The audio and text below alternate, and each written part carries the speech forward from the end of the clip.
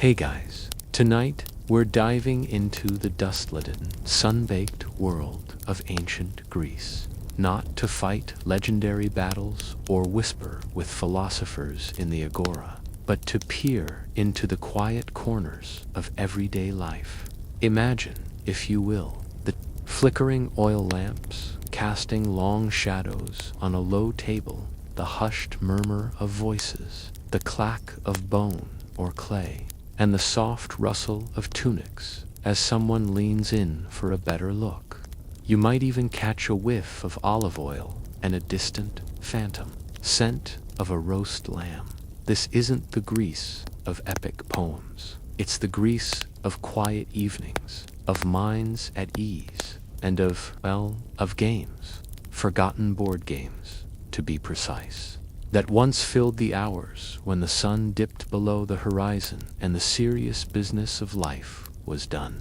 You probably won't survive this journey without at least considering a nap, which, frankly, is the point. So, before you get comfortable, take a moment to like the video and subscribe, but only if you genuinely enjoy what I do here. And hey, if you're listening in, drop your location and local time in the comments. It's always fascinating to see where you're all nodding off. Now, dim the lights. Maybe turn on a fan for that soft background hum. And let's ease into tonight's journey together. You find yourself transported, not by chariot or trireme, but by the gentle hum of my voice, drifting back to a time when entertainment wasn't streamed, but painstakingly crafted. You're walking through a narrow, cobbled street in ancient Athens. The late afternoon sun, a warm, buttery glow on the stucco walls. Children are laughing. Somewhere in the distance, a dog barks, and from an open doorway, you catch a glimpse of an interior. It's not opulent, not grand, but comfortable, lived in. And there, on a low table, amidst the amphory and woven baskets, you spot it, a board, etched with lines and dots, and a scattering of small, smooth stones. This, my friend, is your first encounter with the humble, yet utterly captivating world of ancient Greek board games. It's easy to picture the Greeks solely as philosophers, warriors, and architects, always contemplating the cosmos or building majestic temples. But even the most profound minds needed a break, a diversion, a way to pass the time when the philosophical debates grew too intense or the military drills too exhausting. And that's where these forgotten pastimes come in. They weren't just simple amusements. They were reflections of their society, their values, their very way of thinking. They reveal a side of the Greeks that is perhaps more relatable, more human, than the marble statues gazing stoically from museum pedestals. You can almost hear the soft click of the pieces, the thoughtful hum, the occasional groan of defeat, or quiet cheer of victory. It's a universal language, isn't it? The language of play. Consider for a moment the sheer practicality of these games. No electricity, no screens, no complicated contraptions, just a surface, some markers, and a set of rules passed down through generations. You might imagine a group of elderly men, their beards long and gray, gathered in a shaded courtyard, meticulously moving pieces across a board. Or perhaps a mother teaching her child the basics of a game, their fingers brushing as they reach for the same piece. These weren't solitary pursuits, mind you. They were often communal, fostering social bonds, gentle rivalries, and the kind of quiet camaraderie that only shared activity can bring. It's like gathering around a puzzle on a rainy afternoon. Only instead of a picture of a lighthouse, you're trying to outmaneuver your neighbor on a grid of fate. One mainstream historical fact that often gets overlooked amidst the grand narratives of ancient Greece is the sheer ubiquity of recreational activities. While we focus on the Olympic Games, which were certainly a significant part of Greek life, the daily domestic amusements were just as vital for the social fabric. Historians still argue whether some of the simpler board games evolved directly from ritualistic practices or purely from the desire for diversion.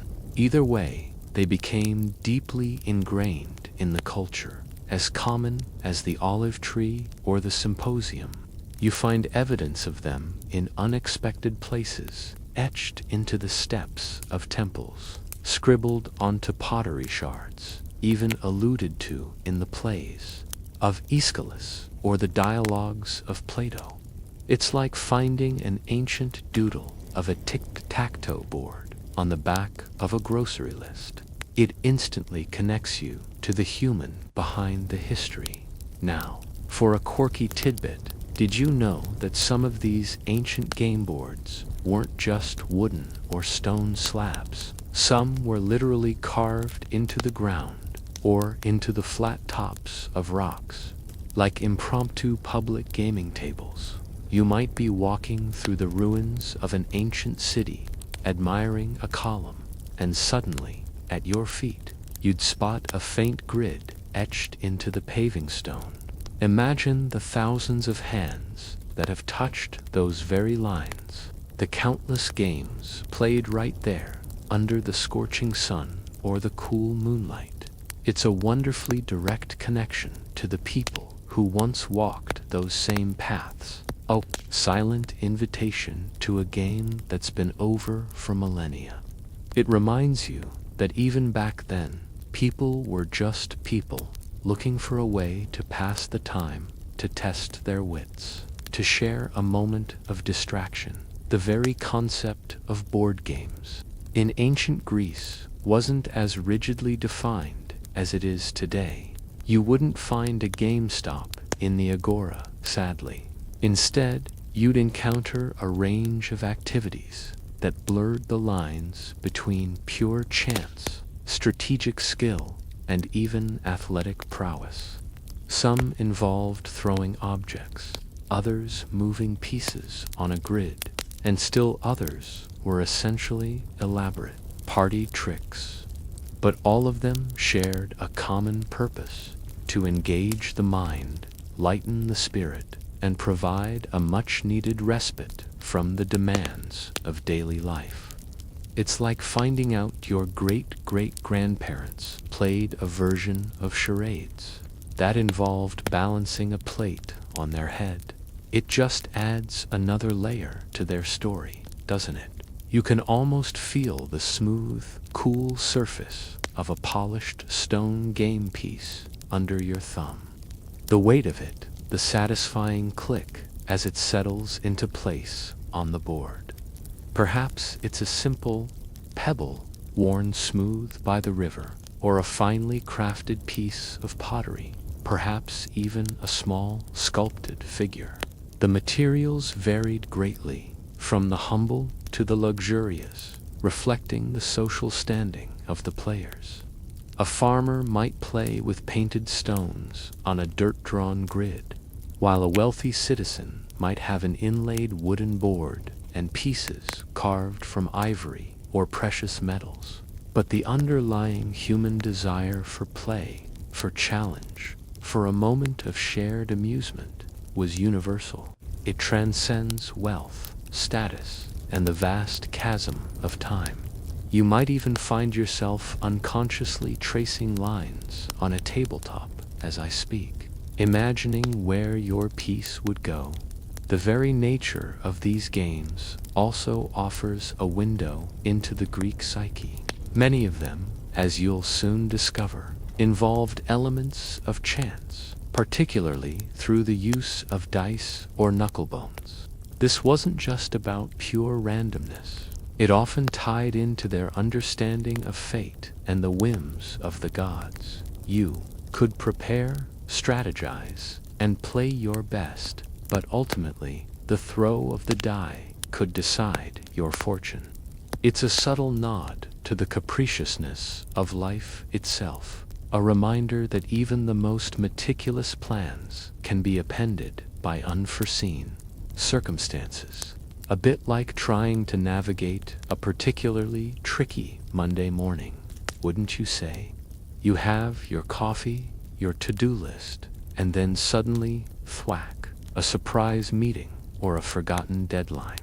The ancient Greeks understood that feeling on a fundamental level, and their games reflected it. So, as you settle deeper into your sleep space, allow your mind to drift further into this ancient world. Forget the grand temples and the epic poetry for a moment. Instead, picture the quiet homes, the bustling symposia, and the simple joy of a game well played. You're not just learning about ancient history. You're connecting with the human experience, with the universal need to unwind, to compete, to share a laugh, or a thoughtful silence over a board. It's a surprisingly comforting thought, isn't it? That even across thousands of years, the simple act of play binds us all together. As you settle deeper into the narrative, the quiet clatter of dice begins to echo through the ancient air, becoming more distinct than the distant chatter of a Greek marketplace. You can almost feel the smooth, cool ivory or the rough sun clay as it tumbles in your hand. This brings us, quite naturally, to the very heart of chance in ancient Greek games, the ubiquitous, yet often misunderstood, die. These weren't just random number generators. They were, in a way, miniature arbiters of fate, whispering secrets from the gods, or simply reflecting the chaotic whims of the universe. The ancient Greek word for a die was kaibos, kappa, y, beta, omicron, sigma, from which we get our modern cube. And indeed, the most common form of dice were six-sided cubes, much like those you might roll in a board game today. But don't imagine perfectly balanced, factory-produced mathematical marvels. These dice were often crafted from a variety of materials: bone, ivory, wood, clay, stone, and even precious metals. For the truly affluent, you might find a die made from the tibia of an ox, meticulously carved and polished, or a simple, rough-hewn clay cube baked hard in the sun. Each had its own character, its own subtle imperfections that, to the superstitious eye, might indicate a hidden bias or a touch of divine favor. It's a bit like having a lucky coin that always lands on heads, only with 6 potential outcomes, and far more at stake than just a coffee. The markings on these ancient dice were also fascinating. While modern dice use dots, the Greeks often used numerals or symbols, sometimes a combination. You'd see the traditional pips, but also Greek letters that represented numbers. Imagine rolling a die, and instead of a 3, you get a lambda lambda, which also signifies 3. It adds a certain academic flair to your gambling, doesn't it?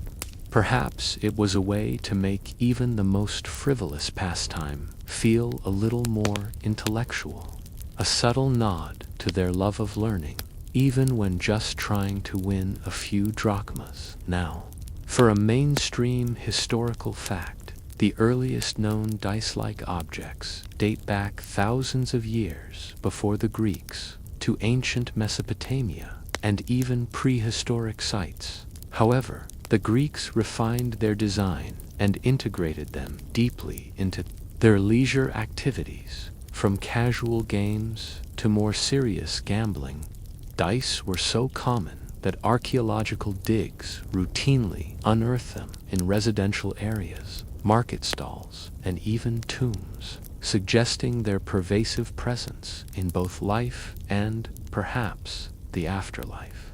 it's a testament to the enduring human fascination with chance, a fascination that seems to cross all cultural and temporal boundaries.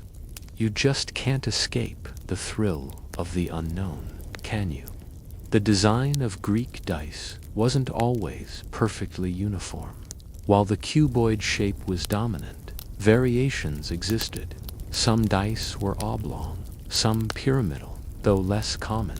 The numbers were typically arranged such that opposite faces summed to 7, for example. 1 opposite 6, 2 opposite 5, just like modern dice. This indicates a very early understanding of probability and fair play, even if the craftsmanship wasn't always perfectly precise. Historians still argue whether the consistent numbering scheme on Greek dice was a deliberate mathematical convention from the outset, or a tradition that evolved organically for fairness.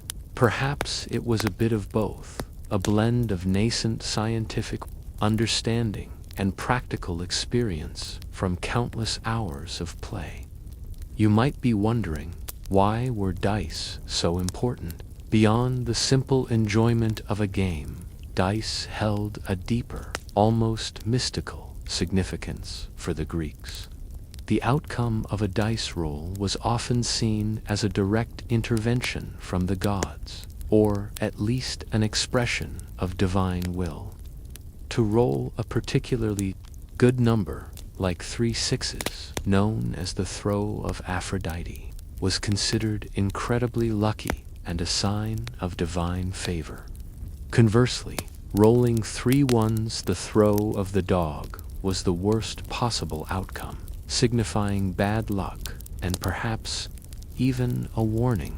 It's like when you're having an absolutely terrible day and everything goes wrong.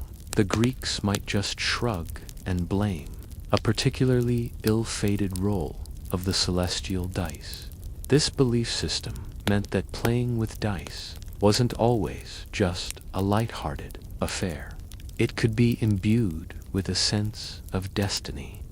Imagine the tension in the air as a player shook a handful of dice, not just hoping for a good number for the game, but perhaps even for a sign about a major life decision. Was it wise to embark on that voyage? Would the harvest be plentiful?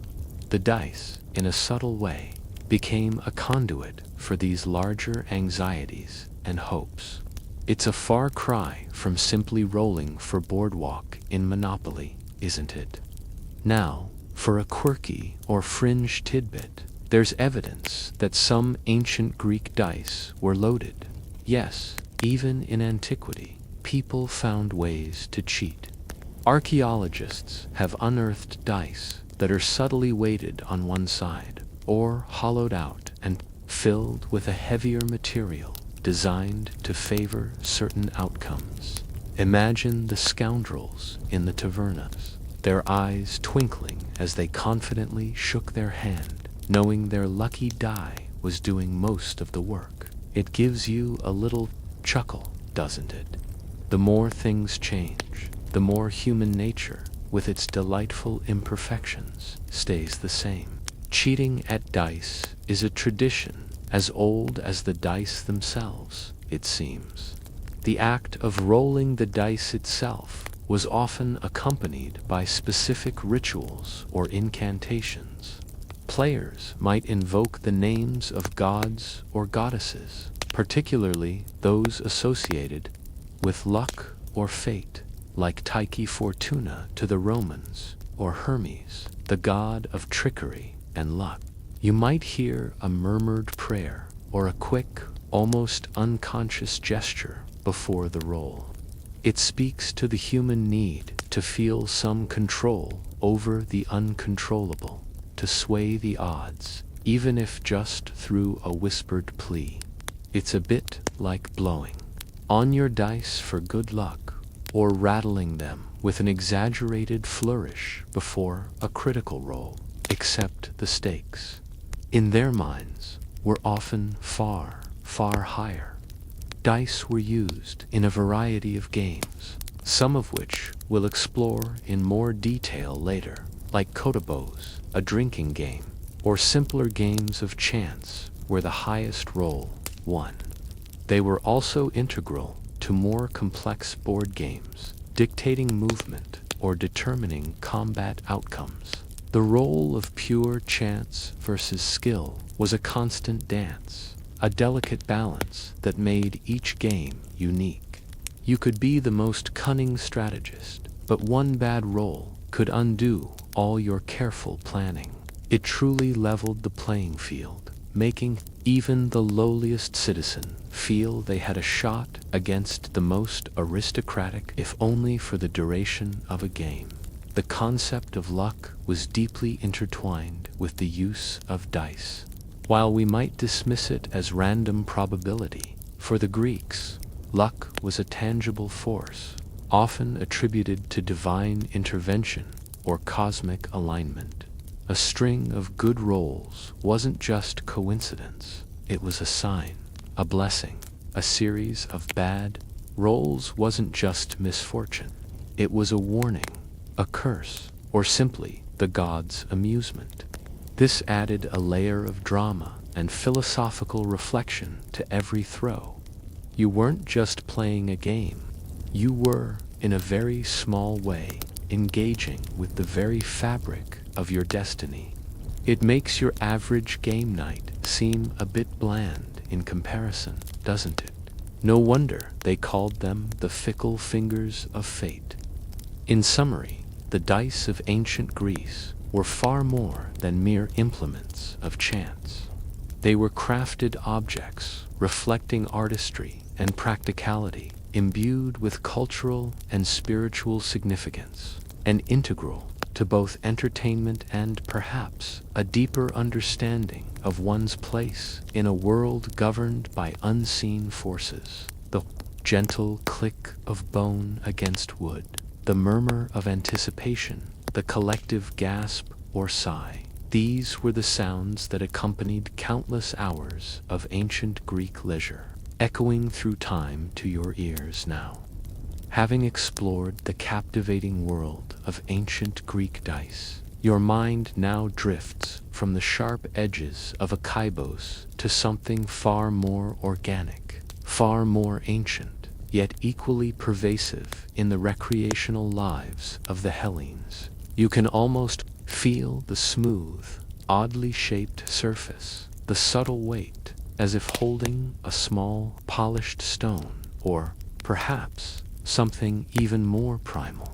We're talking about knuckle bones, or astrogoloi, sigma, tau rho, y gamma alpha lambda, omicron iota in Greek, specifically the talus bones from sheep or goats. These humble bones were not merely refuse from a meal.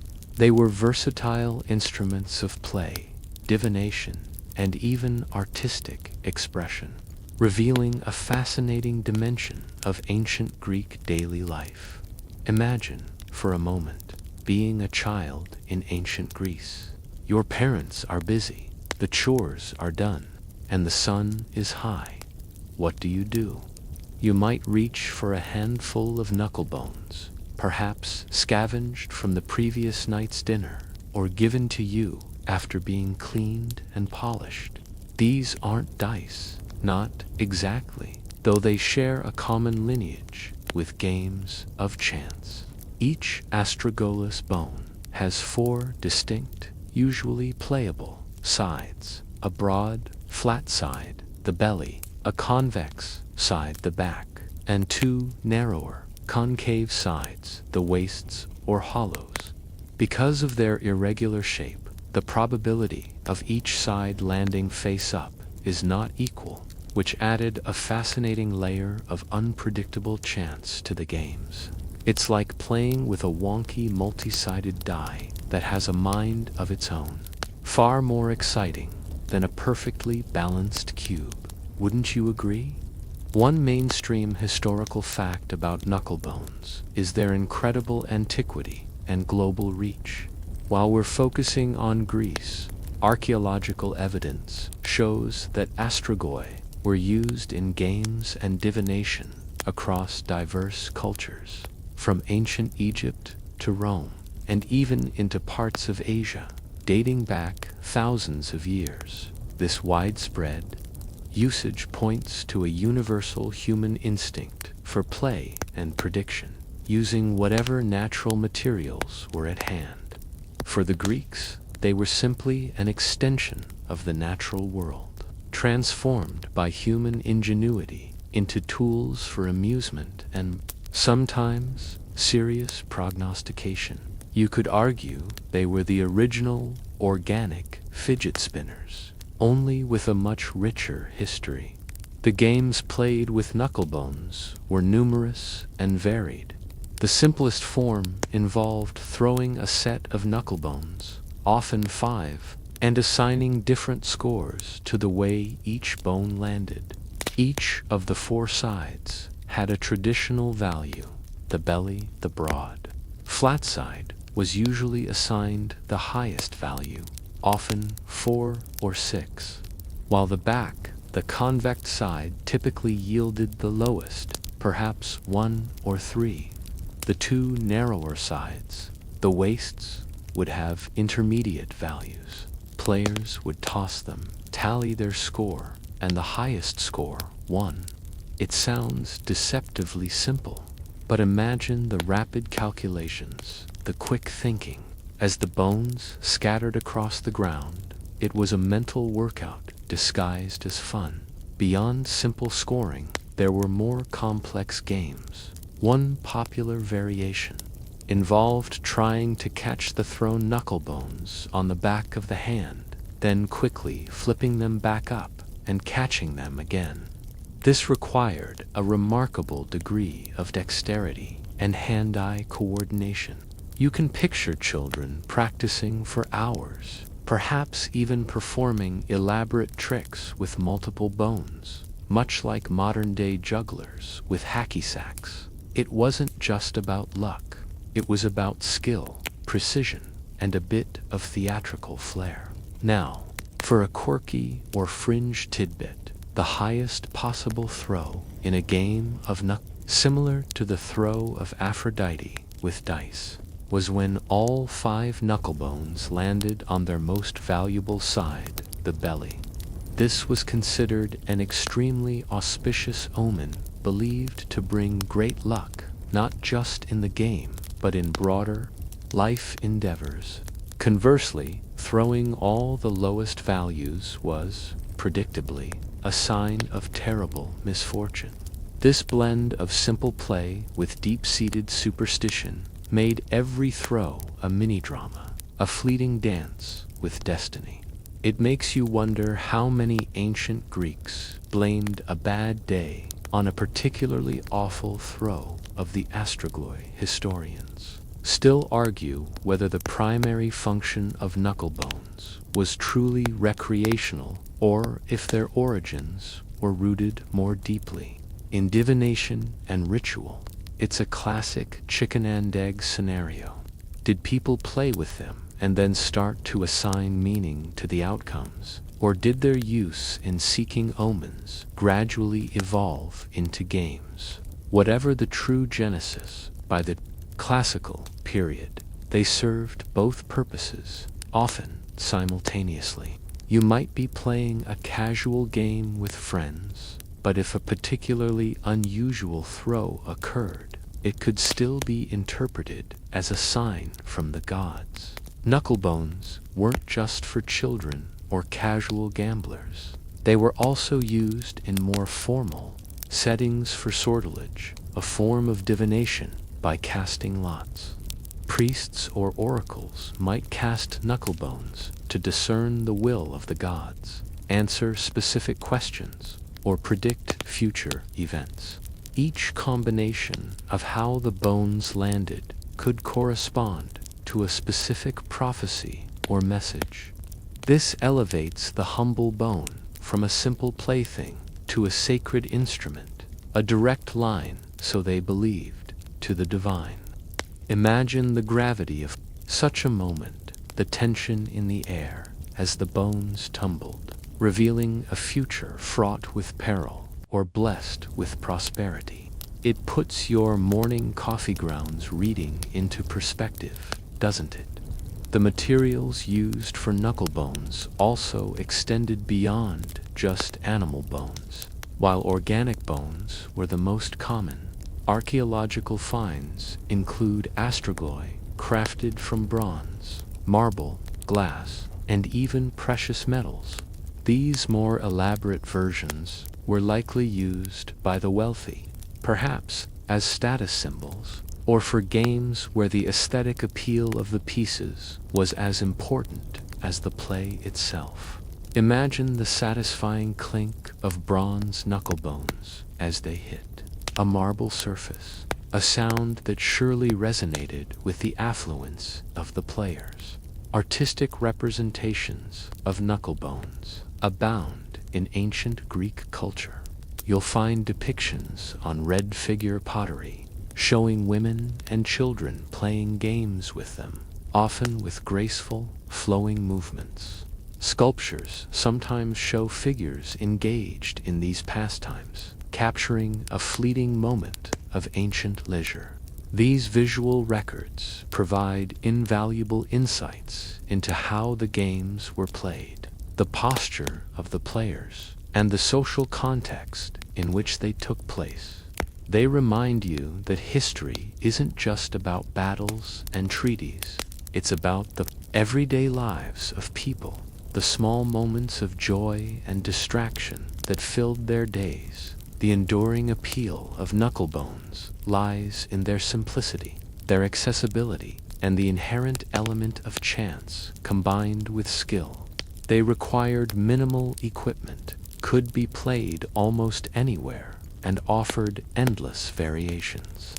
From the youngest child learning to count and coordinate, to the seasoned gambler seeking a favorable omen, to the diviner seeking divine guidance, knucklebones served a multitude of roles in ancient Greek society. They were a testament to human adaptability, turning the remnants of a meal into tools for entertainment and meaning. You might even find yourself unconsciously trying to imagine the feel of them in your own hand, the satisfying tumble, the anticipation of how they'll land. It's a primal connection, this urge to throw and see what fate decrees. These forgotten bones, scattered across archaeological sites and museum shelves, whisper stories of laughter, tension, and the enduring human desire to play, to predict, and to make sense of a world that, much like the role of an astragalus, often seemed to operate on unpredictable whims.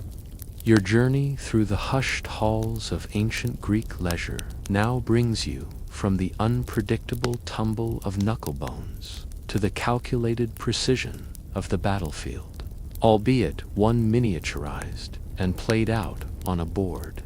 You find yourself gazing at an array of pieces, perhaps conical, perhaps flat, arranged with purposeful intent on a grid. We are stepping into the strategic depths of Petea Pi Epsilon, Tau Tau Epsilon, Y Alpha, often translated as board game, but more accurately understood as a tactical war game, so popular and pervasive that it rivaled and perhaps even surpassed the philosophical discussions of its time for sheer intellectual engagement. Imagine, for a moment, a general, fresh from the dusty training grounds, or a seasoned statesman, his mind accustomed to intricate political maneuvering. When evening falls and the oil lamps are lit, they don't reach for a simple game of chance. Instead, they might unroll a leather board or retrieve a carved wooden one and carefully arrange their forces.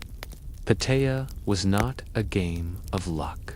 It was a game of pure skill, foresight, and tactical genius. It mirrored the very essence of ancient Greek military strategy, where positioning, outflanking, and capturing enemy forces were paramount. It's like a very early, very intense version of chess, but with its own unique set of rules and an even longer, more obscure lineage. One mainstream historical fact about Patea is its prominence in ancient Greek society, to the point where references to it appear in the works of Plato and Homer, suggesting its widespread knowledge and perhaps even its use as an analogy for life or warfare. While we don't have a perfectly preserved rulebook, oh, if only we did, scholarly reconstructions based on archaeological finds and literary allusions point to a game played on a grid board, typically with an odd number of squares per side, like 7 by 7 or 9 by 9. The pieces, usually black and white, represented opposing armies. This wasn't just a casual diversion. It was a mental duel, a test of strategic prowess that demanded deep thought and careful planning. You can almost hear the soft clink of pieces as they were moved, the thoughtful hums, and the sharp intake of breath as a critical move was made. The objective of Patea was generally accepted to be the capture or immobilization of your opponent's pieces. This could be achieved by sandwiching an opponent's piece between two of your own. Imagine a single enemy piece standing alone, and you move one of your pieces on one side, then another on the opposite side, effectively trapping it. That piece would then be removed from the board. The game wasn't about simply eliminating all your opponent's pieces, but about gaining control of the board, reducing their forces to a state where they could no longer make valid moves or protect their king-like piece. If such a piece existed, more on that later. It's a bit like a miniature siege, where you're slowly tightening the noose around your adversary.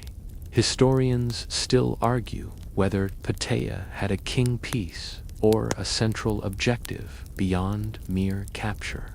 Some theories suggest a specific citadel, square that players aimed to occupy or defend, adding a territorial dimension to the game. Others believe it was a purely attrition-based game, focused solely on eliminating enemy forces. This debate highlights the frustrating but fascinating nature of reconstructing ancient pastimes. You have tantalizing clues, but rarely the full picture. It's like finding half a recipe for a truly delicious cake and having to guess the rest of the ingredients. You know it's good, but how good and how exactly was it made? Now, for a quirky or fringe tidbit, the name Patea itself might derive from the Greek word pesos pi, epsilon, sigma, sigma, g, sigma, which refers to the small, smooth stones or pebbles used as game pieces. This suggests a humble origin for what became a game of significant intellectual depth. Imagine these sophisticated generals and philosophers moving mere pebbles around a board, yet engaging in a mental battle as intense as any on the actual field. It reminds you that true genius can elevate the simplest tools to profound ends. It's like a grand master chess player still appreciating the beauty of a simple wooden set, rather than needing an elaborate jeweled one. The influence of Patea was profound. It wasn't just a game. It was a form of intellectual training. By playing Patea, individuals could sharpen their strategic thinking, develop their foresight, and learn to anticipate an opponent's moves several steps in advance.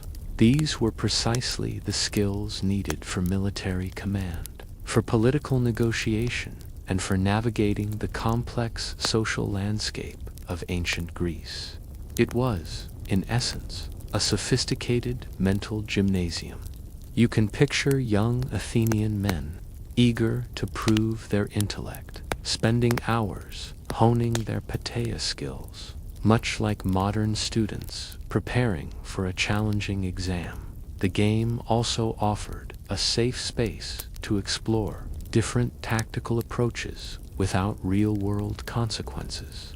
You could experiment with aggressive opening moves, subtle defensive strategies, or daring sacrifices. Losing a game of pateia might sting your pride, but it wouldn't cost you an army or a city. This made it an invaluable tool for both instruction and pure intellectual recreation.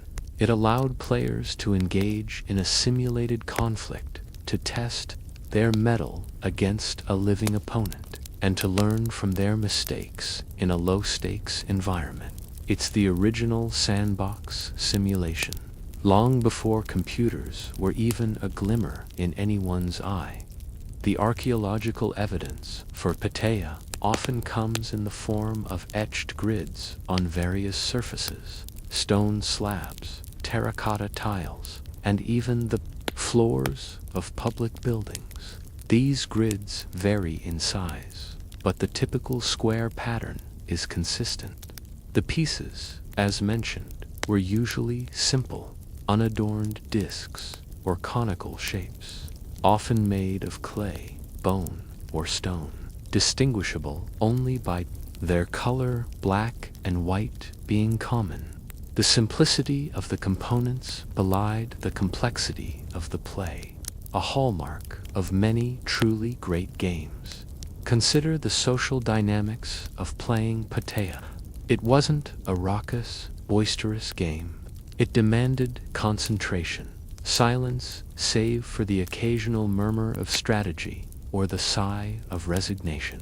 It was often played in more intimate settings, perhaps in the men's quarters of a house, the andron during a symposium, or in a quiet corner of the gymnasium after a workout. The intellectual challenge itself was the draw, the silent battle of wits between two minds. It's the kind of game that fosters intense focus, where the rest of the world fades away, and only the board and the opponent's next move matter. The widespread popularity of pateia suggests that strategic thinking was highly valued in Greek society. It wasn't enough to be physically strong or artistically gifted. Intellectual prowess was equally celebrated. The ability to plan, to anticipate, to outmaneuver, these were qualities that resonated deeply with the Greek ideal of arete, or excellence. Pateia was a practical application of these ideals, a way for individuals to demonstrate their intellectual arete in a tangible, competitive way. It makes you think twice about calling it a boring history, doesn't it? There's a real intellectual fire burning beneath the surface, while the exact rules remain shrouded in the mists of time. The enduring legacy of pateia lies in its concept. It was a game that celebrated the power of the mind, the beauty of strategy, and the thrill of outwitting an opponent. It provided a mental escape, a challenging puzzle, and a mirror to the larger conflicts of the Greek world. As you drift deeper into slumber, picture the silent concentration, the furrowed brows, the quiet satisfaction of a well-executed move on an ancient pateia board. It's a timeless testament to the human fascination with strategy, a fascination that continues to captivate us in myriad forms today. Your mental journey through ancient Greece now leads you from the intense, silent battles of pateia to a game that embraced a different kind of construction, a different kind of planning, the building of entire cities, piece by piece, on a board. You're entering the fascinating realm of polis, a game that, while less documented than some of its counterparts, offers tantalizing glimpses into the Greek fascination with urban planning, resource management, and political influence. Imagine yourself as an ancient urban planner, meticulously placing districts, managing resources, and vying for dominance, not with armies, but with strategic development. You can almost feel the weight of a small sculpted token representing a temple or a tiny block signifying a marketplace as you prepare to place it on a blank space. Unlike the abstract pieces of Patea, the components of Polis were likely more evocative of the elements of a city: houses, farms, harbors, and public buildings. This wasn't just a game of abstract strategy. It was a game of imaginative creation, allowing players to build and manage their own miniature city-states, mirroring the very ambition that drove the expansion and flourishing of real Greek palaeus. It's like a highly intellectual, low-tech version of a city-building video game, only without the pixelated citizens complaining about traffic. One mainstream historical fact that lends context to Polis is the profound importance of the Polis city-state in ancient Greek life. The polis was not just a geographical location. It was the fundamental unit of political, social, and cultural identity. Citizens defined themselves by their polis, and the rivalry and cooperation between these independent entities shaped much of Greek history. A game like Polis, therefore, tapped directly into this deeply ingrained cultural concept, allowing players to engage with the challenges and rewards of civic leadership in a playful yet intellectually rigorous manner. You can picture citizens gathering, perhaps debating the merits of a particular strategy, much as they would in a real assembly, while direct archaeological evidence for a game explicitly named Polis with a complete rule set is scarce. Scholarly reconstruction and interpretation of various game boards and literary references suggest its existence and nature. Many board games discovered in Greece feature grids or arrangements of squares that don't immediately fit known war games or race games. These layouts, combined with the Greek fascination for civic organization, strongly imply games focused on economic development, resource allocation, and territorial control. Historians still argue whether the game of Polis was a single, universally recognized set of rules, or if it encompassed a genre of city-building games that varied from region to region. This scholarly debate adds to the intrigue, making each unearthed board a potential new piece of the puzzle. The objective of Polis, as reconstructed, would likely have involved accumulating wealth, power, or influence within your developing city-state. This could mean successfully managing food supplies, building essential infrastructure, fostering trade routes, or even exerting cultural dominance through the construction of grand temples or academies. Players would have started with a modest settlement and through strategic decisions aim to expand it. Imagine the delicate balance you'd have to strike, building enough farms to feed your populace, but also investing in trade to generate wealth, all while fending off the subtle strategic pressures from your opponent. Now, for a quirky or fringe tidbit, it's speculated that some versions of Polis might have incorporated elements of diplomacy or even espionage. Picture a scenario where players could secretly send agents to disrupt an opponent's trade routes or attempt to sway the loyalty of their citizens. While perhaps not as dramatic as a direct military confrontation, these subtle acts of sabotage or influence would add layers of political intrigue to the game, mirroring the complex interpolis relations of the time. It makes you wonder how many ancient feuds started not on the battlefield, but over a particularly devious move in a game of polis. The educational aspect of polis would have been profound. Playing such a game would implicitly teach principles of economics, logistics, and strategic planning. You would learn the consequences of overexpansion without adequate resources, the importance of defensive structures, or the value of a well-placed harbor. For young aristocrats destined for positions of leadership, polis could have served as a vital training ground, allowing them to make mistakes and learn lessons without the grave consequences of real-world governance. It's like a very early, very hands-on civics lesson, preparing the next generation to handle the weighty responsibilities of their city-state. The pieces for polis would have been particularly interesting.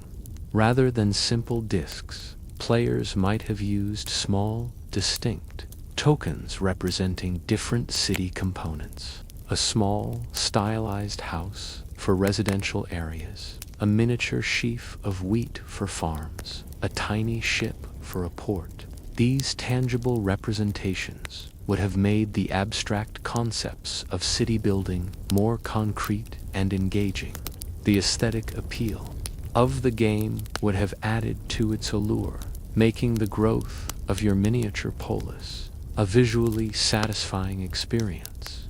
Consider the social setting for a game of polis. It would likely have been a more deliberate, longer-form game than some of the quicker dice or knucklebone games, perhaps played over several sessions or during long, quiet afternoons. It would foster intense discussion, strategic arguments, and perhaps even some good-natured banter about who was building the finest city. It wasn't about rapid-fire decisions, but about careful contemplation, anticipating your opponent's long-term goals, and adapting your own strategy accordingly. It's the kind of game where you'd need a large jug of wine and plenty of time on your hands. The concept of territory would have been crucial in polis. Players would likely vie for control of key areas on the board, perhaps fertile lands for agriculture or strategic locations for trade. The expansion of one city would involve claiming and developing adjacent spaces, leading to potential conflicts or negotiations with neighboring players. This reflects the historical reality of Greek city-states constantly expanding their influence and territory, often leading to clashes with their neighbors. The game, therefore, served as a safe, ritualized arena for these competitive urges to play out.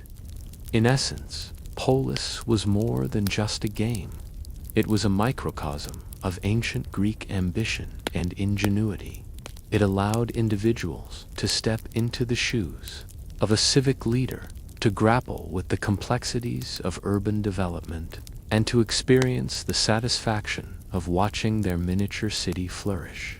Even though its precise rules are lost to time, the concept itself speaks volumes about the values of the society that conceived it. It reminds you that the ancient Greeks were not just abstract thinkers, they were also practical builders, keen strategists, and people who found joy and challenge in the act of creation. As you drift further, imagine the quiet satisfaction of placing that final temple, watching your tiny polis thrive under your careful guidance. It's a reminder that even in the pursuit of relaxation, the ancient Greeks found ways to hone their minds and reflect their deepest aspirations.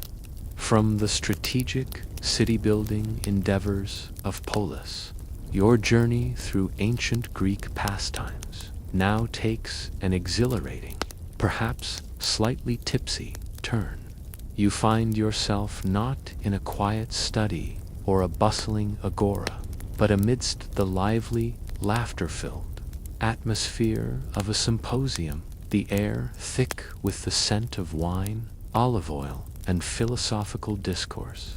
Here, where conversation flowed as freely as the diluted wine, one particular game reigned supreme, a test not of intellect or chance alone, but of precision, poise, and perhaps a touch of playful recklessness. Kotabos, Kappa G, Tau Tau, Alpha, Beta, Omicron, Sigma. You can almost hear the soft clink of a drinking cup, the murmur of anticipation, and then the distinct, resonant thud of a small object hitting a target.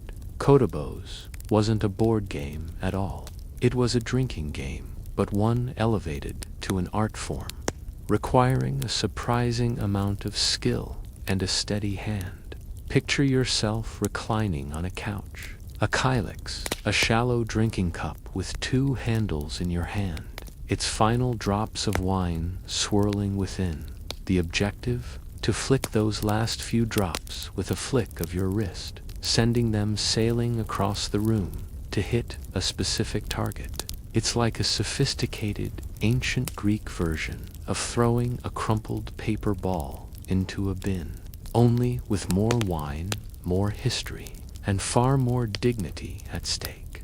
One mainstream historical fact about Kotabos is its immense popularity, particularly among the elite and educated classes of ancient Greece, where symposia were regular occurrences.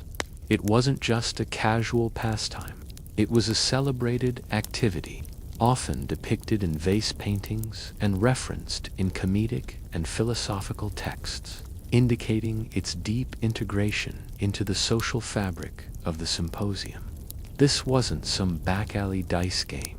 This was a game of refined leisure, a way to add a competitive edge to social gatherings.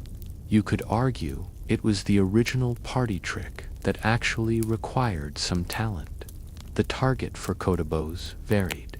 The most common setup involved a Kotabos stand Kappa Omicron Tau Tau Y, Beta Epsilon Iota Omicron Nu, often an elaborate bronze or terracotta structure.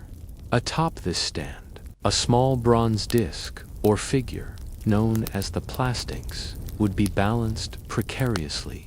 The goal was to dislodge this plastings with your wine dregs, causing it to fall onto a larger disc below with a satisfying clatter.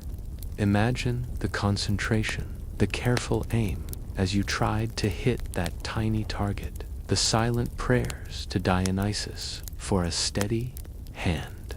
The sound of the falling plastings was the ultimate declaration of success, often met with cheers or good-natured groans from fellow revelers. Historians still argue whether Kotabos had deeper symbolic meanings beyond mere entertainment. Some scholars propose it might have had origins in ritualistic libations, a way of offering the last drops of wine to a deity.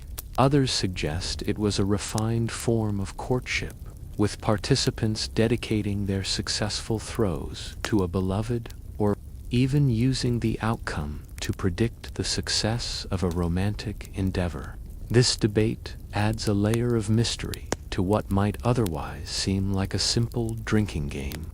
Was it just a party game, or was there more going on beneath the surface of the wine-soaked fun? Now, for a quirky or fringe tidbit, sometimes, instead of a plastings, the target might be a small floating bowl in a larger basin of water. The objective was to sink this smaller bowl with your wine dregs. This version, perhaps even more challenging due to the dynamic nature of the target, truly tested the player's ability to gauge distance, trajectory, and the delicate impact of a few drops of wine. Imagine the splash, the ripple, and the silent, slow descent of the bowl, a subtle victory for the precise player. It sounds so wonderfully impractical, doesn't it? Only the ancient Greeks could turn flinging wine dregs into a sophisticated competition. The technique for playing kotobos was crucial. You didn't just casually toss the wine. The kylix was often held by one handle, with the arm outstretched, and the wrist snapped to propel the wine with force and accuracy. This required considerable practice and coordination, especially after several rounds of diluted wine. It was a display of skill, a subtle flex of one's physical grace, even in a state of relaxation. The successful participant was not just lucky, they were truly adept. Kotobos wasn't simply a test of skill, it was also a social barometer. A successful throw often garnered praise, admiration, and perhaps even the right to propose a riddle or a toast. Conversely, a clumsy miss might be met with good-natured teasing or humorous jests. It fostered camaraderie, gentle competition, and a shared experience that bonded the participants. It was an integral part of the symposium's atmosphere, adding structure and playful purpose to the evening's revelry. It's a bit like a modern dart game in a pub, but with far more classical elegance and much less sticky floor. The very act of playing kotobos speaks volumes about the ancient Greek aesthetic. Even in their leisure, there was an emphasis on form, on grace, on the pursuit of kallikatathia, the ideal of physical and moral excellence. Flinging wine dregs, when done with precision and style, could be seen as a minor artistic performance. It demonstrates that the Greeks found beauty and challenge in unexpected places, transforming a simple act into a display of cultivated skill. You might wonder about the practicalities. What about the mess? Well, remember, these were not modern, pristine homes. Floors were often of packed earth or simple tiles, easily cleaned, and wine was plentiful. The focus was on the experience, the shared enjoyment, and the friendly competition. The occasional splash was a small price to pay for the intellectual and social stimulation of the symposium.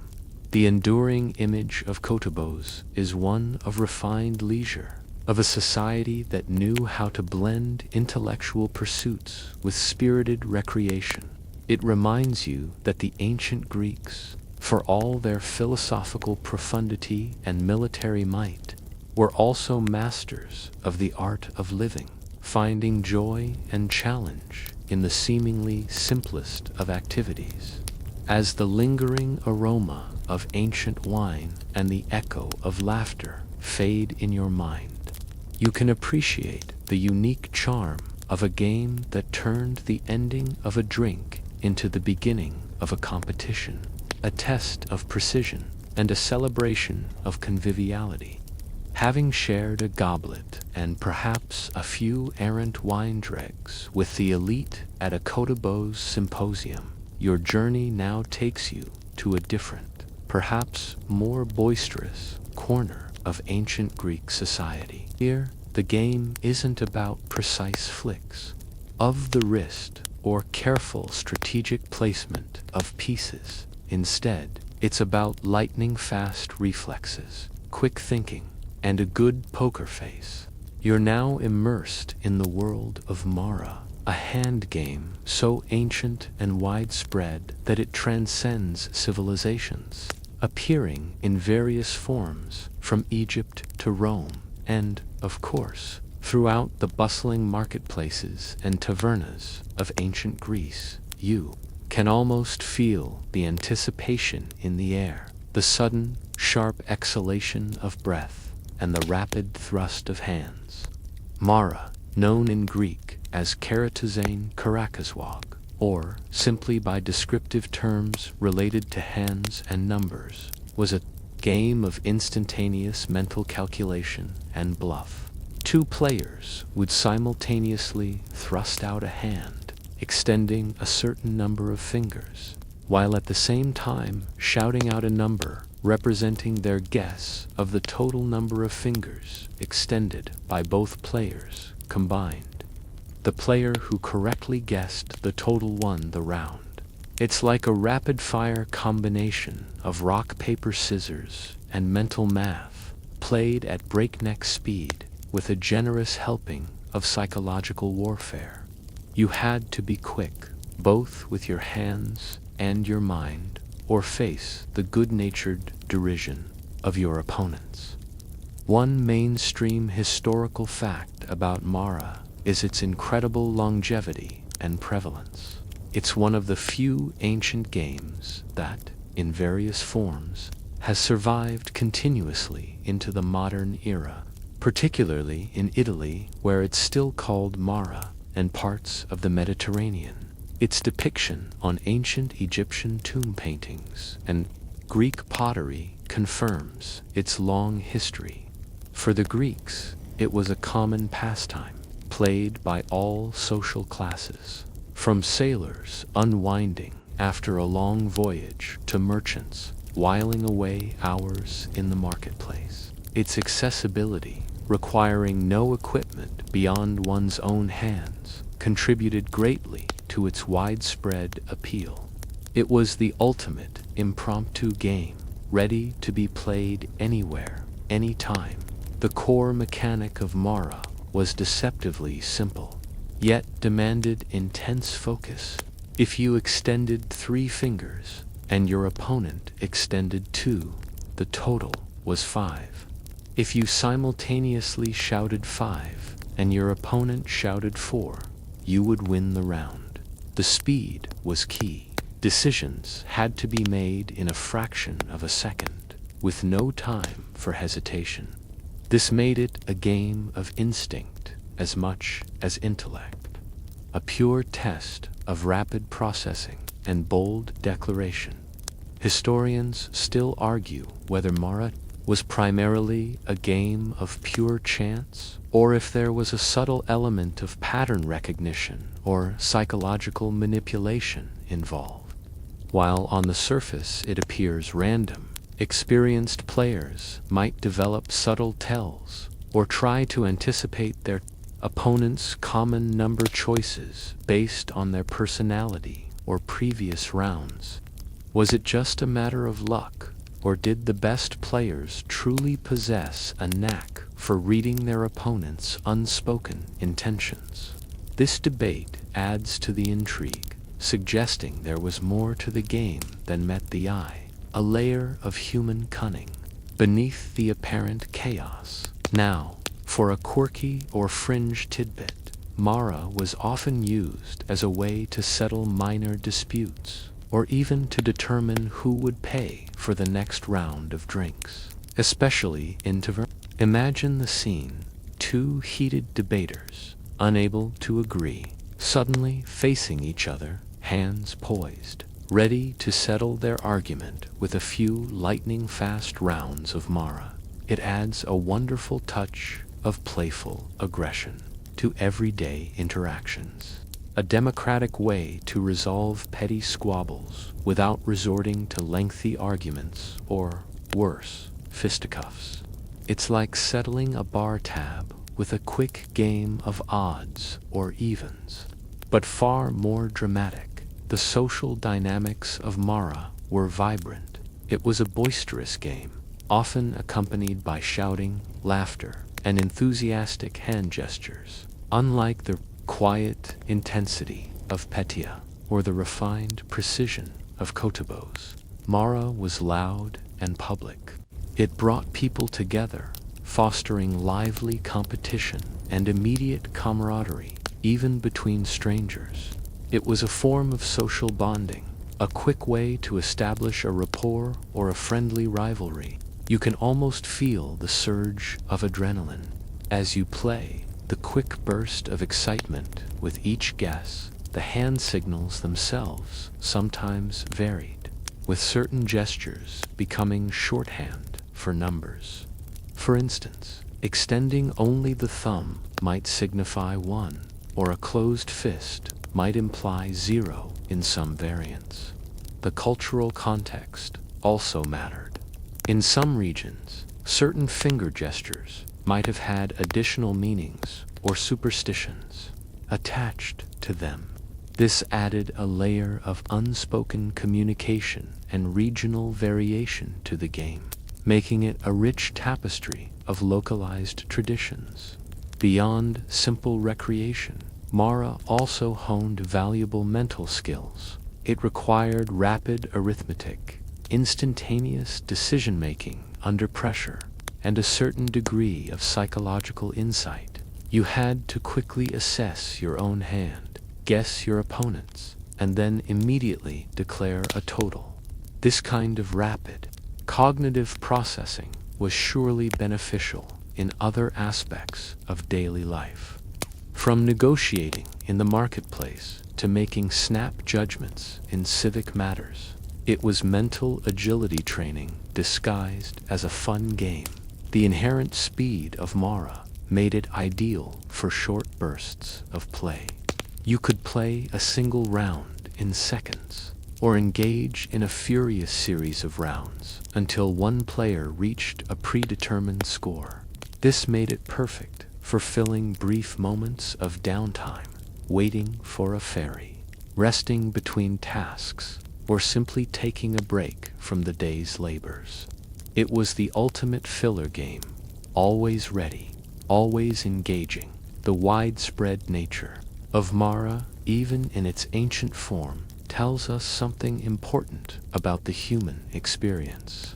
The desire for quick competition, for a test of wit and luck that requires no elaborate setup, is timeless. It speaks to our innate need to connect, to challenge, and to inject moments of excitement into the mundane. As you settle into a deeper state of relaxation, you can imagine the sharp, decisive movements, the shouted numbers, and the sudden bursts of laughter that defined the ancient Greek game of Mara. It's a vivid reminder that the simplest games often hold the greatest power to unite and entertain, echoing across millennia with a resounding 5. From the lightning-fast, shouted declarations of Mara, your consciousness now gently guides you into a quieter, more contemplative space within ancient Greek society. Here, games weren't merely for amusement or gambling, but served a higher purpose: to educate, to enlighten, to subtly instill moral principles and philosophical truths. You are now exploring the realm of what we might call philosophical games, where the board became a classroom and the play a pathway to deeper understanding. Imagine yourself not as a boisterous player in a tavern, but as a young student, perhaps, in an Athenian gymnasium or within the quiet confines of a teacher's home. The air is still, perhaps infused with the scent of papyrus and the faint aroma of olive oil from a nearby lamp. Before you lies a game board, not necessarily complex in its markings, but designed with a purpose beyond simple victory. These games were subtle tools woven into the fabric of education and discourse, allowing the Greeks to explore abstract concepts like virtue, fate, and the nature of the good life in a tangible, interactive way. It's like a very early, very analog version of an educational app, designed to teach you about ethics and logic without you even realizing you're learning. One mainstream historical fact that supports the existence of such games is the fundamental role of philosophy and ethics in ancient Greek education. From the teachings of Pythagoras to the dialogues of Plato and Aristotle, the pursuit of wisdom and moral excellence, arete, was central to their intellectual life. It stands to reason that this emphasis would extend to their recreational activities, transforming play into a vehicle for learning. While specific philosophical game rulebooks are frustratingly absent, the pervasive presence of philosophical thought suggests that games would naturally be adapted or created to reflect these intellectual currents. Historians still argue about the precise mechanisms and widespread adoption of these philosophical games as formal educational tools versus informal methods of discourse. However, the evidence points to their clear presence in the intellectual landscape. The very concept of a philosophical game would have revolved around journeys or challenges that players had to overcome, often metaphorical, perhaps moving pieces along a path representing life's journey, encountering virtues or vices at different points and making choices that affected their progress. The victory in such a game might not be about accumulating the most points or capturing the most pieces, but about reaching a state of enlightenment, demonstrating moral fortitude, or achieving a balance of certain qualities. Imagine landing on a square marked temperance and gaining an advantage, or hitting hubris and suffering a setback. It's like a very literal game of snakes and ladders, but instead of snakes, you encounter temptations, and instead of ladders, you find moments of wisdom. Now, for a quirky or fringe tidbit, it's speculated that some philosophical games might have incorporated riddles or ethical dilemmas as part of the gameplay. Instead of simply moving a piece, a player might have to correctly answer a philosophical question or resolve a moral paradox to advance. This would not only test their knowledge, but also encourage critical thinking and debate among the players. Picture a group of young men intensely debating the nature of justice to earn their next move.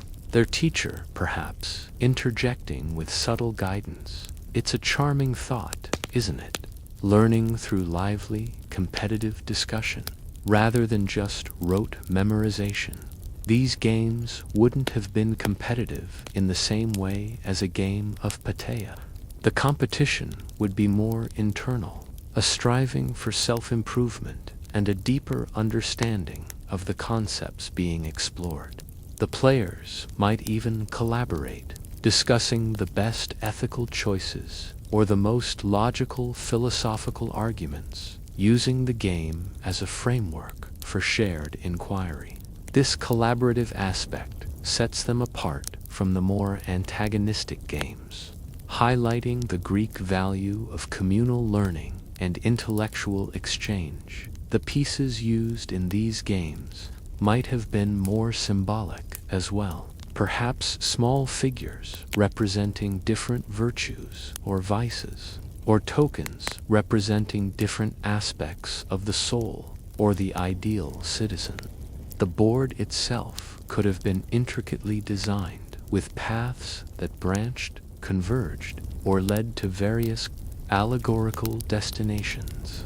The aesthetic of the game would contribute to its didactic purpose, reinforcing the lessons through visual metaphor. Consider the role of the teacher or philosopher in these games.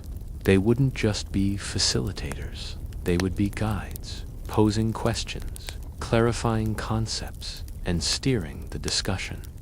The game would be a springboard for deeper conversations, allowing abstract philosophical ideas to be grounded in a concrete, interactive experience. It was a brilliant pedagogical approach, transforming potentially dry lessons into engaging activities that stimulated both the mind and the imagination. The lessons imparted through such games would have been invaluable. They could teach about the importance of moderation, the dangers of unchecked ambition, the beauty of wisdom, and the complexities of moral decision-making. By actively participating in these allegorical journeys, players would internalize these lessons in a far more profound way than simply reading about them in a scroll. It's the difference between hearing a lecture on courage and having to make a simulated brave choice in a game. The concept of fate would undoubtedly have played a role in some of these philosophical games. Given the Greek fascination with destiny and divine intervention, as seen with dice and knucklebones, a game exploring the interplay of free will and fate would be a natural extension. Players might encounter predetermined obstacles or random opportunities that force them to grapple with the limits of their own agency, prompting discussions about responsibility and acceptance. This reflection on one's place in the cosmic order, even in a game, would have been a powerful experience. These games offered a safe and structured environment for individuals to confront complex ethical dilemmas and philosophical paradigms. They could explore different choices and witness their consequences within the confines of the game, allowing for reflection without real-world repercussions. This intellectual playground fostered critical thinking and encouraged a nuanced understanding of moral philosophy, shaping the minds of future citizens and leaders. In essence, the philosophical games of ancient Greece were a testament to the civilization's deep intellectual curiosity and their commitment to holistic education. They transformed leisure into learning, play into profound inquiry, and entertainment into enlightenment. As you finally close your eyes, envisioning these thoughtful sessions, you can appreciate the ingenuity of a people who found a way to make even the pursuit of wisdom an engaging and interactive journey, where every move on the board brought you closer to understanding the intricacies of the human spirit and the world around you. From the elevated, contemplative realm of philosophical games, your journey through ancient Greek pastimes now descends into a more visceral, often less savory, but undeniably pervasive aspect of human nature, the allure of chance and the perils of gambling. You are now stepping into the dimly lit corners of tavernas, the bustling energy of marketplaces, and perhaps even the hushed, anxious moments of private wagers, where fortunes could be won or lost on the fall of a die or the turn of a card. Imagine the clatter of a heavily used dice cup against a worn wooden table, the low murmur of anticipation suddenly punctuated by a triumphant shout or a despairing groan. Gambling, in various forms, was an undeniable part of ancient Greek life, just as it has been in almost every human society. While some games were purely recreational, others, particularly those involving dice and knucklebones, often carried significant wagers, transforming simple play into a high-stakes endeavor. You can almost feel the nervous energy, the subtle tension that hangs in the air when real consequences ride on the unpredictable whim of fate. It's a timeless thrill, isn't it? The rush of putting something on the line for a chance at a greater reward or a deeper fall. One mainstream historical fact about gambling in ancient Greece is that, despite being widespread, it was often viewed with a degree of moral ambiguity, if not outright disapproval, by philosophers and lawgivers. While not always strictly outlawed, excessive gambling was frequently associated with idleness, ruin, and social disorder. Texts from various periods allude to the dangers of dice playing, warning against its addictive nature and its potential to lead to poverty and crime. This cultural tension between the universal human enjoyment of games of chance and the societal recognition of their potential pitfalls is a fascinating aspect of Greek life. Historians still argue whether the moral condemnation of gambling was more a reflection of aristocratic disdain for perceived lower-class vices, or a genuine concern for societal well-being. The primary tools for gambling were, as you might recall, dice, kaiboy, and knucklebones, astragloi. Their inherent randomness made them perfect for games of pure chance. Players would wager anything from small copper coins, chalkoi, to significant sums of silver, or even personal possessions. Imagine a farmer betting his next harvest on a single roll, or a merchant risking a portion of his cargo. The stakes could be incredibly high, transforming what began as a casual game into a life-altering event. The setting for gambling was diverse, while the symposium offered a more refined, if still competitive, environment. The common man likely engaged in gambling in more informal, bustling settings. Tavernas and public squares would have been hotbeds of dice and knucklebone games, where the atmosphere was often boisterous, charged with both excitement and desperation. You might see a group huddled around a makeshift board, etched into the ground, their faces illuminated by a flickering torch, each roll holding the promise of quick riches or bitter loss. Now, for a quirky or fringe tidbit, there's evidence that ancient Greek gamblers, much like their modern counterparts, developed various superstitious rituals and charms to try and influence their luck. This could range from uttering specific invocations to deities associated with fortune, to carrying lucky dice or astragoi believed to have been blessed or imbued with positive energy.